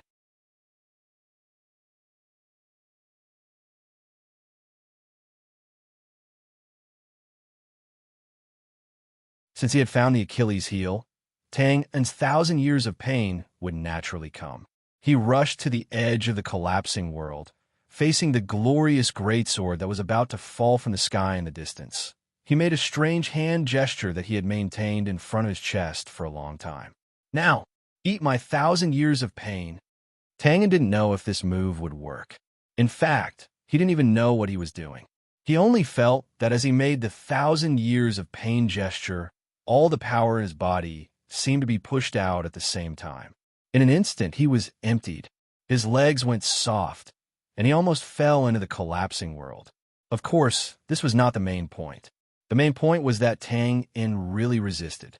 Who cared about the strongest person in the continent, the towering mountains? Who cared about insignificant ants and harmless little rabbits? Since you want to kill me, then don't blame me for using the 1,000 years of pain to ruthlessly stab your Achilles heel. In the end, you can do whatever you want. At this moment, Tang En, who was in a half-squatting horse stance and frozen in the 1,000 years of pain posture, looked extremely carefree. However, whether it was this posture or this carefree thought, it only lasted for less than a second. Suddenly, the tearing pain in his fingers went straight to the bottom of his heart. In an instant, Tang En's entire face was distorted. He subconsciously raised his head and opened his mouth. Ah! He screamed in pain and staggered back. Tang En had received professional pain tolerance training, but he was caught off guard and still couldn't withstand the sudden attack. It was as if his body was being cruelly torn apart inch by inch. He gasped for breath and lowered his head fiercely. He saw that his trembling palms, which had formed the 1,000 years of pain gesture, were like crystal glass on the verge of shattering. They were covered with countless tiny cracks, and these cracks rapidly spread upward in a short moment. His wrists, forearms, upper arms, shoulders, body. Backlash? This was the first thought that came to Tang En's mind. Then, he was slightly stunned and subconsciously raised his head to look at the sky. There was an effect. It was a very simple principle. There would only be a backlash if there was damage. In other words, his 1,000 years of agony seemed to have hit something in the air. The glorious giant sword still slashed down according to the established trajectory, as if it was not affected at all. However, two exclamations of surprise and surprise rang out. One represented surprise, and the other represented disbelief. The one who was surprised was Bamatu, because just now, the glorious giant sword had indeed paused, as if it was fixed in the air by an invisible force. The process wasn't obvious and was very short, so short that it was almost negligible. However, the chain reaction brought about by this was earth-shattering. What did experts fight for? It was to fight for this moment, to fight for this sliver of fortune. During the brief pause of the glorious giant sword, not only could Bamatu's ferocious beast seize the advantage of attacking first, more importantly, the glorious giant sword's momentum of swallowing the world in one go was broken. Just based on this point alone, both sides would instantly return to the same starting line. And the originally foregone conclusion of the battle was once again filled with suspense. This battle was very promising. Very promising. How could Bamatu not be overjoyed by such an unexpected change? Compared to Bamatu's ecstasy, Wu Ding, who had transformed into the sword, only had one emotion left: disbelief. He was different from Bamatu.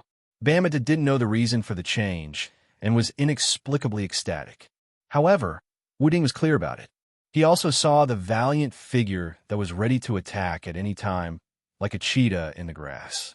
However, it was because he saw it with his own eyes that he couldn't believe it. Why? How could it be? What was this? Was it bitten by an ant? Or was it bitten by a mosquito? Little Tang, was it really you? You stopped my sword of annihilation. 1,000 years of pain. 1,000 years of pain. What kind of martial technique was this? How come I've never heard of it? He was full of doubts and had no answers. The current situation didn't allow Wu Ding to think about it. Aha! Wu Ding. Oh, Wu Ding, the heavens want you to die. The heavens want you to die. Die! If Bamitu couldn't grasp such an excellent opportunity, then he wouldn't be worthy of being called the #1 expert in the northern wilderness. He might as well slit his own throat. He decisively seized this pause and endured the supreme pressure from above. The ferocious beast roared like thunder and suddenly pounced forward. Wu Ding instantly put away the distracting thoughts in his mind. He knew very well that the current situation couldn't be delayed at all. Regardless of whether it was perfect or not, he had to slash out with this sword. Otherwise, Bamitu's destined ending would be the truest portrayal of his current tragedy. Break! In an instant, the glorious giant sword carried a terrifying force that could still shatter stars. Thunder pressed down and collided head-on with the ferocious beast pouncing toward him. It was still silent, but the light was bright and dazzling. However, it was a pity that the person who caused this evenly matched battle couldn't be seen. F***CK. I haven't seen the result yet. Bastard. Amidst the bright light, Tang had become an out-and-out discarded cloth doll. Moreover, it was the kind that had been stretched and stretched with fillers. Crisscrossing cracks covered every inch of his bloated and fat body. Blood vessels stuck together, making him look exceptionally terrifying and ferocious. It was as if he would completely disintegrate and shatter in the next moment. Oh no. In fact, there was no need to wait until the next moment. Boom! There was a violent explosion and blood splattered all over the sky. In midair, Tang Yin's figure completely disappeared and was replaced by a pitch-black hole. It was unknown whether Twain had been blasted to smithereens, or if he had first fallen into the mysterious space and been blasted to smithereens. Well, the difference wasn't that big. Just a few breaths after Tang Yin disappeared from where he stood, the bright light covered the collapsing world. Waves of substantial ripples flooded over like a tide. Then they spread, and continued to spread below. The water in the heart of the river, which was originally rapidly sinking, completely evaporated this time. Instantly, the scenery at the bottom of the river could be seen. This wasn't the end, just the beginning. The scenery at the bottom of the river flashed past and was replaced by a bottomless gully that was still rapidly widening in depth. It continued to spread and spread, as if it wanted to use this opportunity to completely chisel through this continent and divide it into two.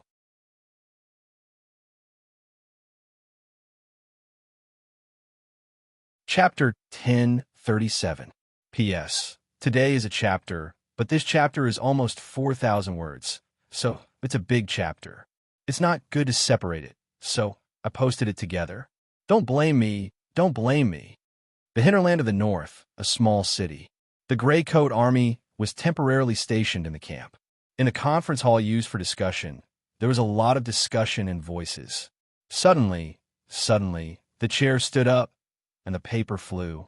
The wooden chair fell back, and the chair feet slid back 3 feet on the stone floor. The sharp sound was ear-piercing. In the hall, there was an instant silence. A group of senior generals froze with stunned expressions and subconsciously turned to look in the direction of the head of the table. The leader, Josiah, stood up with a somewhat inexplicable frightened expression. For a moment, they were speechless. In the silence, not far away from the half-closed door, the sound of the rainstorm clearly entered their ears. With some noise, it was the sound of raindrops hitting the eaves and shattering. At this time, a light cough finally broke the silence. Fry stood up with the help of the table. First, he followed Josiah's gaze and looked at the closed window on the south side of the room. He paused and looked away in confusion. What's wrong, leader? Is there something wrong? No, I don't know. I suddenly had a feeling just now like raising his hand to rub the side of his head. Josiah hesitated and hesitated several times. In the end, he took a deep breath and shook his head. Nothing. Sorry, maybe I haven't rested well recently, and I scared everyone. Oh, it's nothing. As long as you're okay, leader. Rest more, leader. Although things are busy, the most important thing is still your health. Isn't there a theater in the city? Leader, why don't you take some time to go there and relieve your tiredness? The atmosphere warmed up. In the face of the senior general's concern and consolation, Josiah smiled and bowed again to express his gratitude. Then he pulled back the wooden chair and sat down again. It seemed that everything was normal. It wasn't that no one was suspicious. At least Fry saw Josiah's hesitant expression. However, Josiah didn't want to say anything, so this sudden episode naturally passed. The meeting continued. The atmosphere was still lively, but there was still a faint strangeness. Firstly, it was because Josiah had not expressed any opinion since he sat down. Although there was nothing strange on the surface, old people like Fry, who were familiar with Joshua's habits, could tell that she was not paying attention to the conference hall when they saw her fingers pinching the corner of the map from time to time and other inadvertent small movements. The second reason was because of Lon Shah. There was no one in the Gray Coat Army who disobeyed this mysterious woman who had cut the queue not long ago, but had forcefully claimed the position of the highest commander in the army. Even though the former had always maintained a faint sense of alienation and was only responsible for commanding the army in battle, with an indifferent attitude of not caring about the other matters of the Gray Coat Army. However, just by looking at the valiant achievements of the Gray Coat Army, the officers and generals couldn't help but admire her. From this perspective, what Lon Shah had said before, that she didn't need to be welcomed as long as the generals and officers of the Gray Coat Army obeyed her orders on the battlefield, was correct. The army had always been a relatively pure place. The strong won respect and glory, and the weak were despised and eliminated. It was that simple. Everything else was illusory. And with Lon Shah's ability to perfectly control the grand strategy and the respected status he had won in the Gray Coat Army, for a military-themed meeting like this, he was naturally the protagonist. In fact, the previous situation was similar. Lon Shah had thrown out a tactical decision, and the officers and generals had started a discussion on it. Don't misunderstand, this was not a refutation. Even if it was for the sake of their own reputation, they would not be rendered speechless by the impolite Lon Shah. The officers and generals would not touch this bad luck after suffering so many losses. This was just, well, communication. Or they would learn more humbly and accept pointers. However, for some reason, after the episode with Josiah, just now, Lon Shah was also a little strange.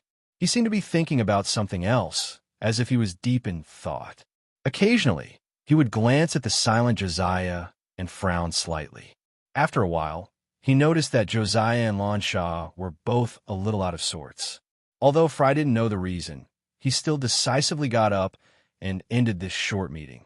In fact, there was really nothing to discuss. Now, the Gray Coat Army was constantly reporting victories. The army's momentum in the hinterland of Bran was like a rainbow, and they were unstoppable.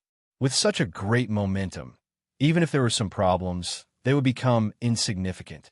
If it weren't for Fry, who knew Lon Shah's true identity, who had some selfish motives and hoped that his subordinates could learn more from Lon Shah, there would be no need for this military meeting. After dispersing the high-ranking officers, Fry turned his head by the door and looked at Josiah, who was still sitting at the table, and Lon Shah, who was packing up and preparing to leave. He thought for a moment and said, "Chief, let's take a break." Before he finished, Josiah waved his hand and interrupted, "Brother Fry, I have some questions to ask Miss Lon Shah." Fry was stunned. He nodded slightly, turned around, closed the wooden door, and simply left. Putting down the military report in his hand, Lon Shah seemed to be slightly startled when he heard this. He raised his head and looked at Josiah. There was just the right amount of doubt in his eyes. Questions? About the army? Why, are you still wary of me? Haha, don't worry. Although the soldiers and officers under your command are indeed useful, it's not to the point where I have to give up the millions of warriors in the tribe. Not this. Josiah frowned slightly. He thought of the sudden, throbbing, and ominous premonition that flashed through his heart for a moment just now. He pursed his lips and stared at Lon Shah's eyes. You know where Tang went and what he did, right? Ah. Lan Sha was stunned when he heard this. He raised his hand and pointed at himself in confusion. I should know this? Ha! Suddenly, he shook his head and laughed. Realization dawned on him. Why? Have you finally seen the true nature of that bastard? You suspect that he has another woman outside? Ha! If that's the case, I won't be surprised at all. Well, do you have evidence? What clues did you find? At the end of his sentence, when he suddenly asked a rhetorical question, Lan Sha narrowed his eyes slightly. There was a hint of imperceptible anger on his face. Of course, the target of his anger was not Josiah, but Tang In, who seemed to be suspected by Josiah now. It was a very good interpretation of the anger of a woman who was originally a mistress, but found out that the scumbag actually had another woman who cheated on him. In this way, they looked at each other for a moment. Josiah took a deep look at Lan Sha. Then he looked away, got up, and walked out of the door. You think too much. I'm just asking casually. What? Are you kidding me? No. You were a little strange just now. Did you really find out something? Tang In really has another woman outside. Haha, tell me. If that's the case, we're all victims now. We should have a common topic. Miss Lan Sha. If that's the case, I'm indeed a victim. Opening the wooden door, Josiah looked at Lan Sha expressionlessly and said indifferently, As for you, you're just a latecomer with wishful thinking. Bang! The wooden door closed, blocking the wind and rain. Putting on a face. What a difficult opponent. After a pause, he made sure that the footsteps outside the door were far away. Lan Sha shrugged and casually pulled a wooden chair to sit down. The corners of her lips curled up slightly. But you're smart, and I'm not stupid. That's right. Lan Sha's expression just now was all an act. As the saying goes, life is like a play, and it all depends on acting skills. Among them, women are born with strength, and it's even more so for smart women. Therefore, Josiah wanted to know Tang Un's real whereabouts from her, but he was still a little inexperienced. However, the smile at the corners of his mouth disappeared, and he frowned. Lan Sha, who seemed to be deep in thought, gradually frowned unconsciously. He had to admit that a woman's intuition was really unreasonable. No matter if it was thousands of miles away or shrouded in thick fog, a woman's intuition was always like a sharp arrow with a precise navigator. It could pierce through everything and hit the bullseye. Josiah instantly realized that Tang In might be in extreme danger. Although Lan Sha didn't have such a premonition, looking at Josiah's nervous expression, the first thought that came to his mind was exactly the same. That shouldn't be the case. With Brand's current situation where he could still struggle, that sword god Wu Ding shouldn't have put his life on the line so early. Moreover, with Grandpa Bamatu following him, Tang In should definitely be fine. Even if he was as intelligent as a demon, without first-hand information, it would be futile to rely on baseless guesses. As long as he couldn't resist the concern, he would be in a mess. Pushing open the window on the south side of the house, Lan Sha held the window frame and looked up at the dark sky in the south, as if he didn't feel the wind and rain in an instant. Nothing will happen to him, right? Josiah and Lan Sha weren't the only ones who cared about Tang In's life and death. But indeed, no one could answer this question. Before Tang In showed up in good condition or his mutilated body was found, even the two old people who were closest to Tang In at that time had no way of knowing. At the mouth of the river surface returned to its usual silence. Smoke drifted, rain poured, and the river water was still surging. No matter how one looked at it, there was no change here as usual, as if nothing had happened. But, of course, that wasn't the case. The evaporated river water couldn't come back. In a short period of time, the strange situation where countless riverside ports turned into inland towns couldn't be changed back either. The deep gully at the bottom of the river that seemed to divide the whole continent into two could never be changed back either. These were only the superficial changes that could be seen with the naked eye. The truly terrifying changes were hidden in the air and the waterway. They were invisible and intangible, but they contained fatal dangers. After this battle, Although the grotesque, collapsed world had been artificially closed, the space in this area had become extremely unstable. In the future, there would be terrifying rumors of ships mysteriously disappearing without a trace on this water area from time to time. It was extremely strange. Of course, these were all things for the future. Let's not talk about it now. Let's focus on the present. God. They're coming. They're coming. It's a person. 3 people. On a merchant ship that was originally going from the south to the north, but suddenly received the news halfway and hurriedly returned. Dozens of crew members hid in the cabin and watched in horror as a group of 3 people in the air fell rapidly in the storm. In the end, with a bang, they fell on the deck, causing the hull to shake continuously. Master, he won't die. He won't die for the time being. Don't talk, listen to me, Puff. A mouthful of blood mist spurted out, but the old man didn't seem to feel it. He tightly grasped the shoulder of the young man who staggered up and said hurriedly, "Control this ship and take care of your senior brother, Haita. Then return to the port in the south as quickly as possible and mobilize all the masters above Earth level as soon as possible. Along the way, chase and kill. Bamitu is seriously injured, and now he is an arrow at the end of its flight. As long as you can find his whereabouts, you can kill him. Puff, Puff, Puff, do you understand?" "Yes, master. Understand good. Also, use all the connections you can use. In the Bran, in the south, Lil Tang is wanted. If you find him, the first choice is to capture him alive and bring him to me. If you can't capture him alive, then kill him. Puff, Puff." He's not dead yet." The young man's panicked expression suddenly froze, and he cried out involuntarily, "Impossible! I saw him explode into pieces with my own eyes." "No, at least he didn't die in my hands. That space hole was made by him, so he should have prepared a long time ago. If so, he probably escaped into the space and escaped the aftermath of the battle between Bamitu and me. Puff." However, at that time, the space was extremely unstable, and he was seriously injured. It's hard to say whether he could successfully come out of the space turbulence. Even if he came out, it's hard to say whether he would still be in the Shi'ai's continent. But Puff, I must be prepared. If he returns to the real world, he must be in a dying state. Must find him, Puff. He's too dangerous, too dangerous. His chest violently rose and fell. The old man gasped for breath and took half a step back. With the corner of his mouth repeatedly muttering, he suddenly fell straight down. "Master! Master!"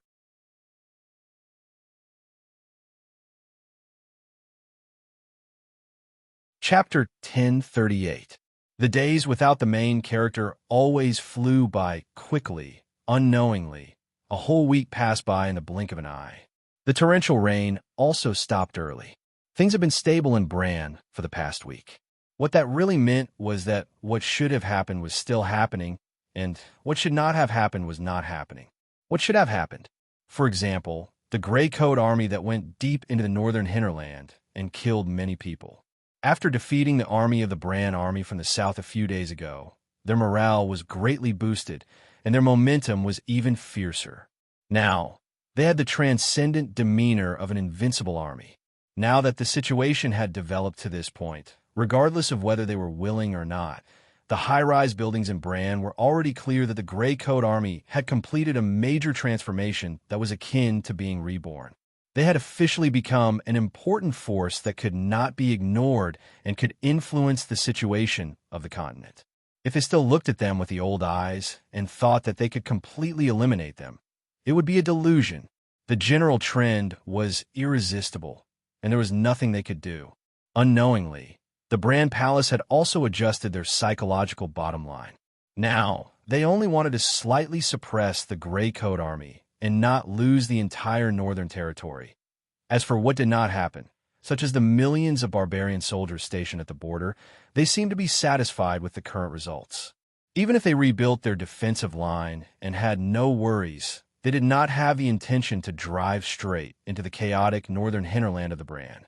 This was, of course, a good thing for the Bran, although they did not understand what the Horde was planning. And although their 3 main forces were restrained, the brand was still very satisfied with this result. After all, once the barbarian army went south, the Northern Territory would really be lost. Fortunately, this situation did not happen. At least, there were no signs of it happening. Therefore, for the brand, although everything was going in a bad direction, but everything was still as usual.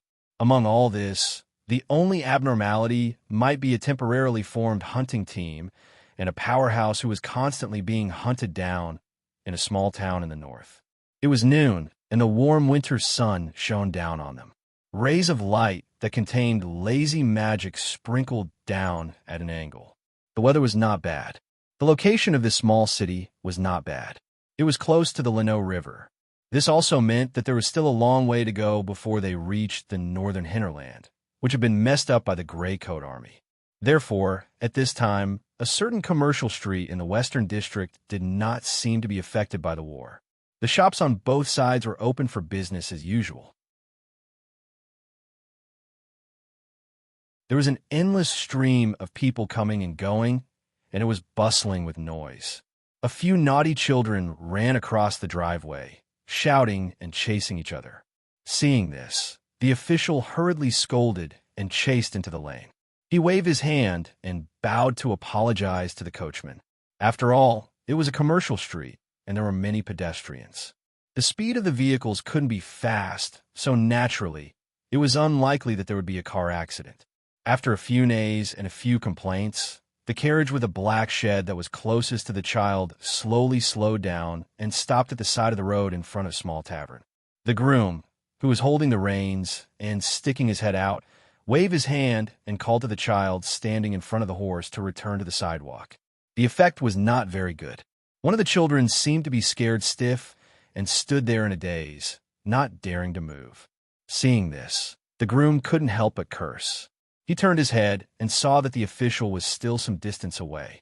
He shook his head, jumped off the carriage, and prepared to carry the child back. But before he took a few steps, he turned his head subconsciously. Not far away, the half-closed wooden door of the tavern suddenly exploded. A figure was thrown out from inside like a cannonball. In an instant, the figure flew a few feet in the air. Before the groom could react, the figure quickly smashed into the carriage on the side of the road behind him. With a loud bang, the carriage was instantly smashed into pieces. Wood splinters flew everywhere. The horse that was pulling the carriage was sent flying.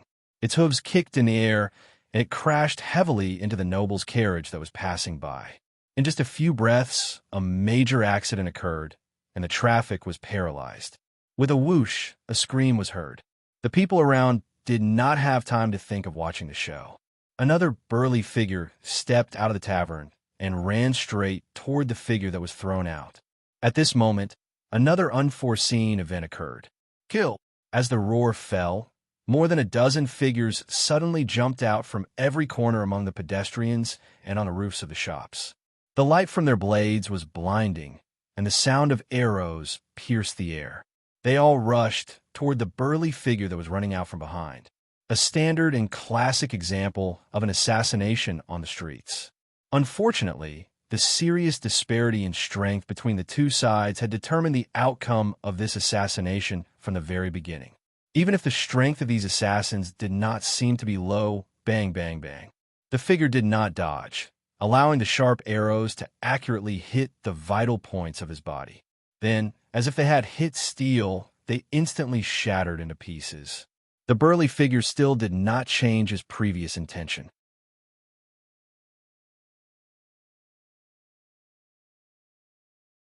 Then, a few minutes later, groups of vigorous figures gathered from all directions. Flustered and exasperated, he roared, "Damn it! Who told you to attack? Where's Rodney?" "Dead. Sir Rodney was smashed into the hole in the street. Sir, it was not us who attacked first. He found us long ago, and directly killed us after eating." "Phew. Which direction?" "The opposite alley." "What are you waiting for? Chase after him. Quick, quick, quick." At this time, in a secluded alley dozens of miles away. Bah! Cough, cough. Oh, the goshawk that fell to the ground cannot escape the fate of having ants climbing on its wings. How many years has it been To be injured in the hands of an earth-level warrior, it's really a novel experience. Leaning against the wall, wiping the blood on his palm and the corner of his mouth, Bamatu could not help but shake his head and chuckle, and let out a self-deprecating sigh. It was indeed a very novel experience. To think that he, Bamatu, could move unhindered in the world. Except for Wu Ding, there was no one else with terrifying strength. Even if it was a rare void stage cultivator, they could only lie down obediently in front of him. But he never thought that one day he would be injured by an earth-level warrior. It was really ironic. But now the reality was like this.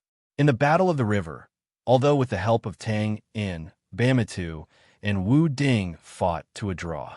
But after seeing how Wu Ding hurriedly said a few words and then vomited blood and fainted, it was clear that Bamatu, who was also injured, was seriously injured. It was not an exaggeration to say that in the world, Bamatu was the only one. Because of the unique sacrificial cultivation method in the northern wilderness, he had a terrifying body like a top-level demon beast. Otherwise, if he did not drown in the river, he would have died in the hands of the brand warrior who was constantly chasing after him. Of course, the current situation was not optimistic. Bamatu was like a wounded tiger. Although his posture was still there, his strength had been greatly reduced.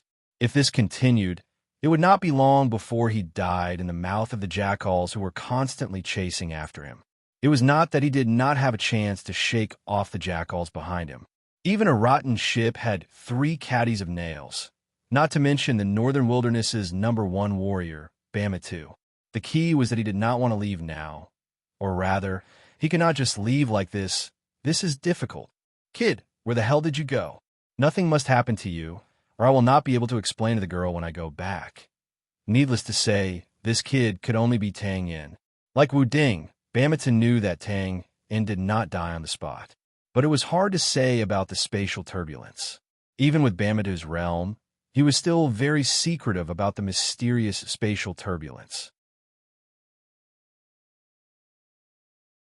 There was no way to know whether Tang In had escaped from the spatial turbulence, let alone accurately guess where Tang In came out. Northern wilderness? Brand? Volcano crater? Sea level? Or the backyard of the farmhouse? Who knew? But no matter where it was, Bamatu, who knew how important Tang In was to Lan Sha, could only drag his heavily injured body and work hard to find him. Other things aside, at least he had to try his best. Otherwise, it was still the same sentence. He would not be able to explain himself. Facts proved that Bamatu's strategy of searching along the radiation of the Lano River was destined to be in vain. This did not mean that Bamatu's actions were wrong. Just like how Wu Ding had asked Winston to search in the south of Bran, Bamatu could only move about in the north. The real reason for his futile search was that Tang In was not in the south or the north. He was in the east, the very, very far east, at dusk if the romantic sound of your zither comes. You show me the tenderness of a classical woman. You make me crazy standing on the reef, but also quiet like a giant born from the sea. When Tang In slowly opened his unfocused eyes, the first thing he received in his mind was this melody that sounded like a chant. He narrowed his eyes and listened in a daze for a while. Then, his consciousness gradually cleared. Then, out of professional habit, he subconsciously analyzed woman, young woman, 30 feet away, no threat. Also, her voice is average. She can't reach the high notes. The corners of his mouth twitched slightly. The next moment, intense pain surged through his body like a tide. Cough, cough. My heart is like a broken wave. Who? Hey, you're awake? He first exclaimed, then screamed in surprise. Then, the sound of cheerful footsteps came, and a beautiful face, without any decorations, came into Tang In's sight. You are, cough, cough. Tang In's mouth was extremely hoarse and deep, as if it was burned by charcoal. Who are you? Where's this? Haha, you're finally awake. My name is Cindy, but I prefer people to call me C. This is the new name I gave myself. It sounds nice. All right, I'm your savior. I was the one who picked you up from the beach. Your injuries were very serious at that time. They were almost broken. It was scary to look at. And you've been unconscious for a whole week. I thought you would never wake up again. The beautiful girl named Cindy, also known as C, seemed very excited as she spoke. She seems to be a bit talkative. Tang In stared blankly at the constantly opening and closing lips in front of him. After a while, he finally reacted. Wait, thank you for saving my life. If there's a chance, I'll repay you. May I ask, where is this? Repay? No need. Father God taught us that we can't ask for favors when doing good deeds, otherwise we will be punished. How can... Wait, cough, cough. Didn't you hear the main point of this sentence? Cough, cough. I asked, where is this? Bran? Cough, cough.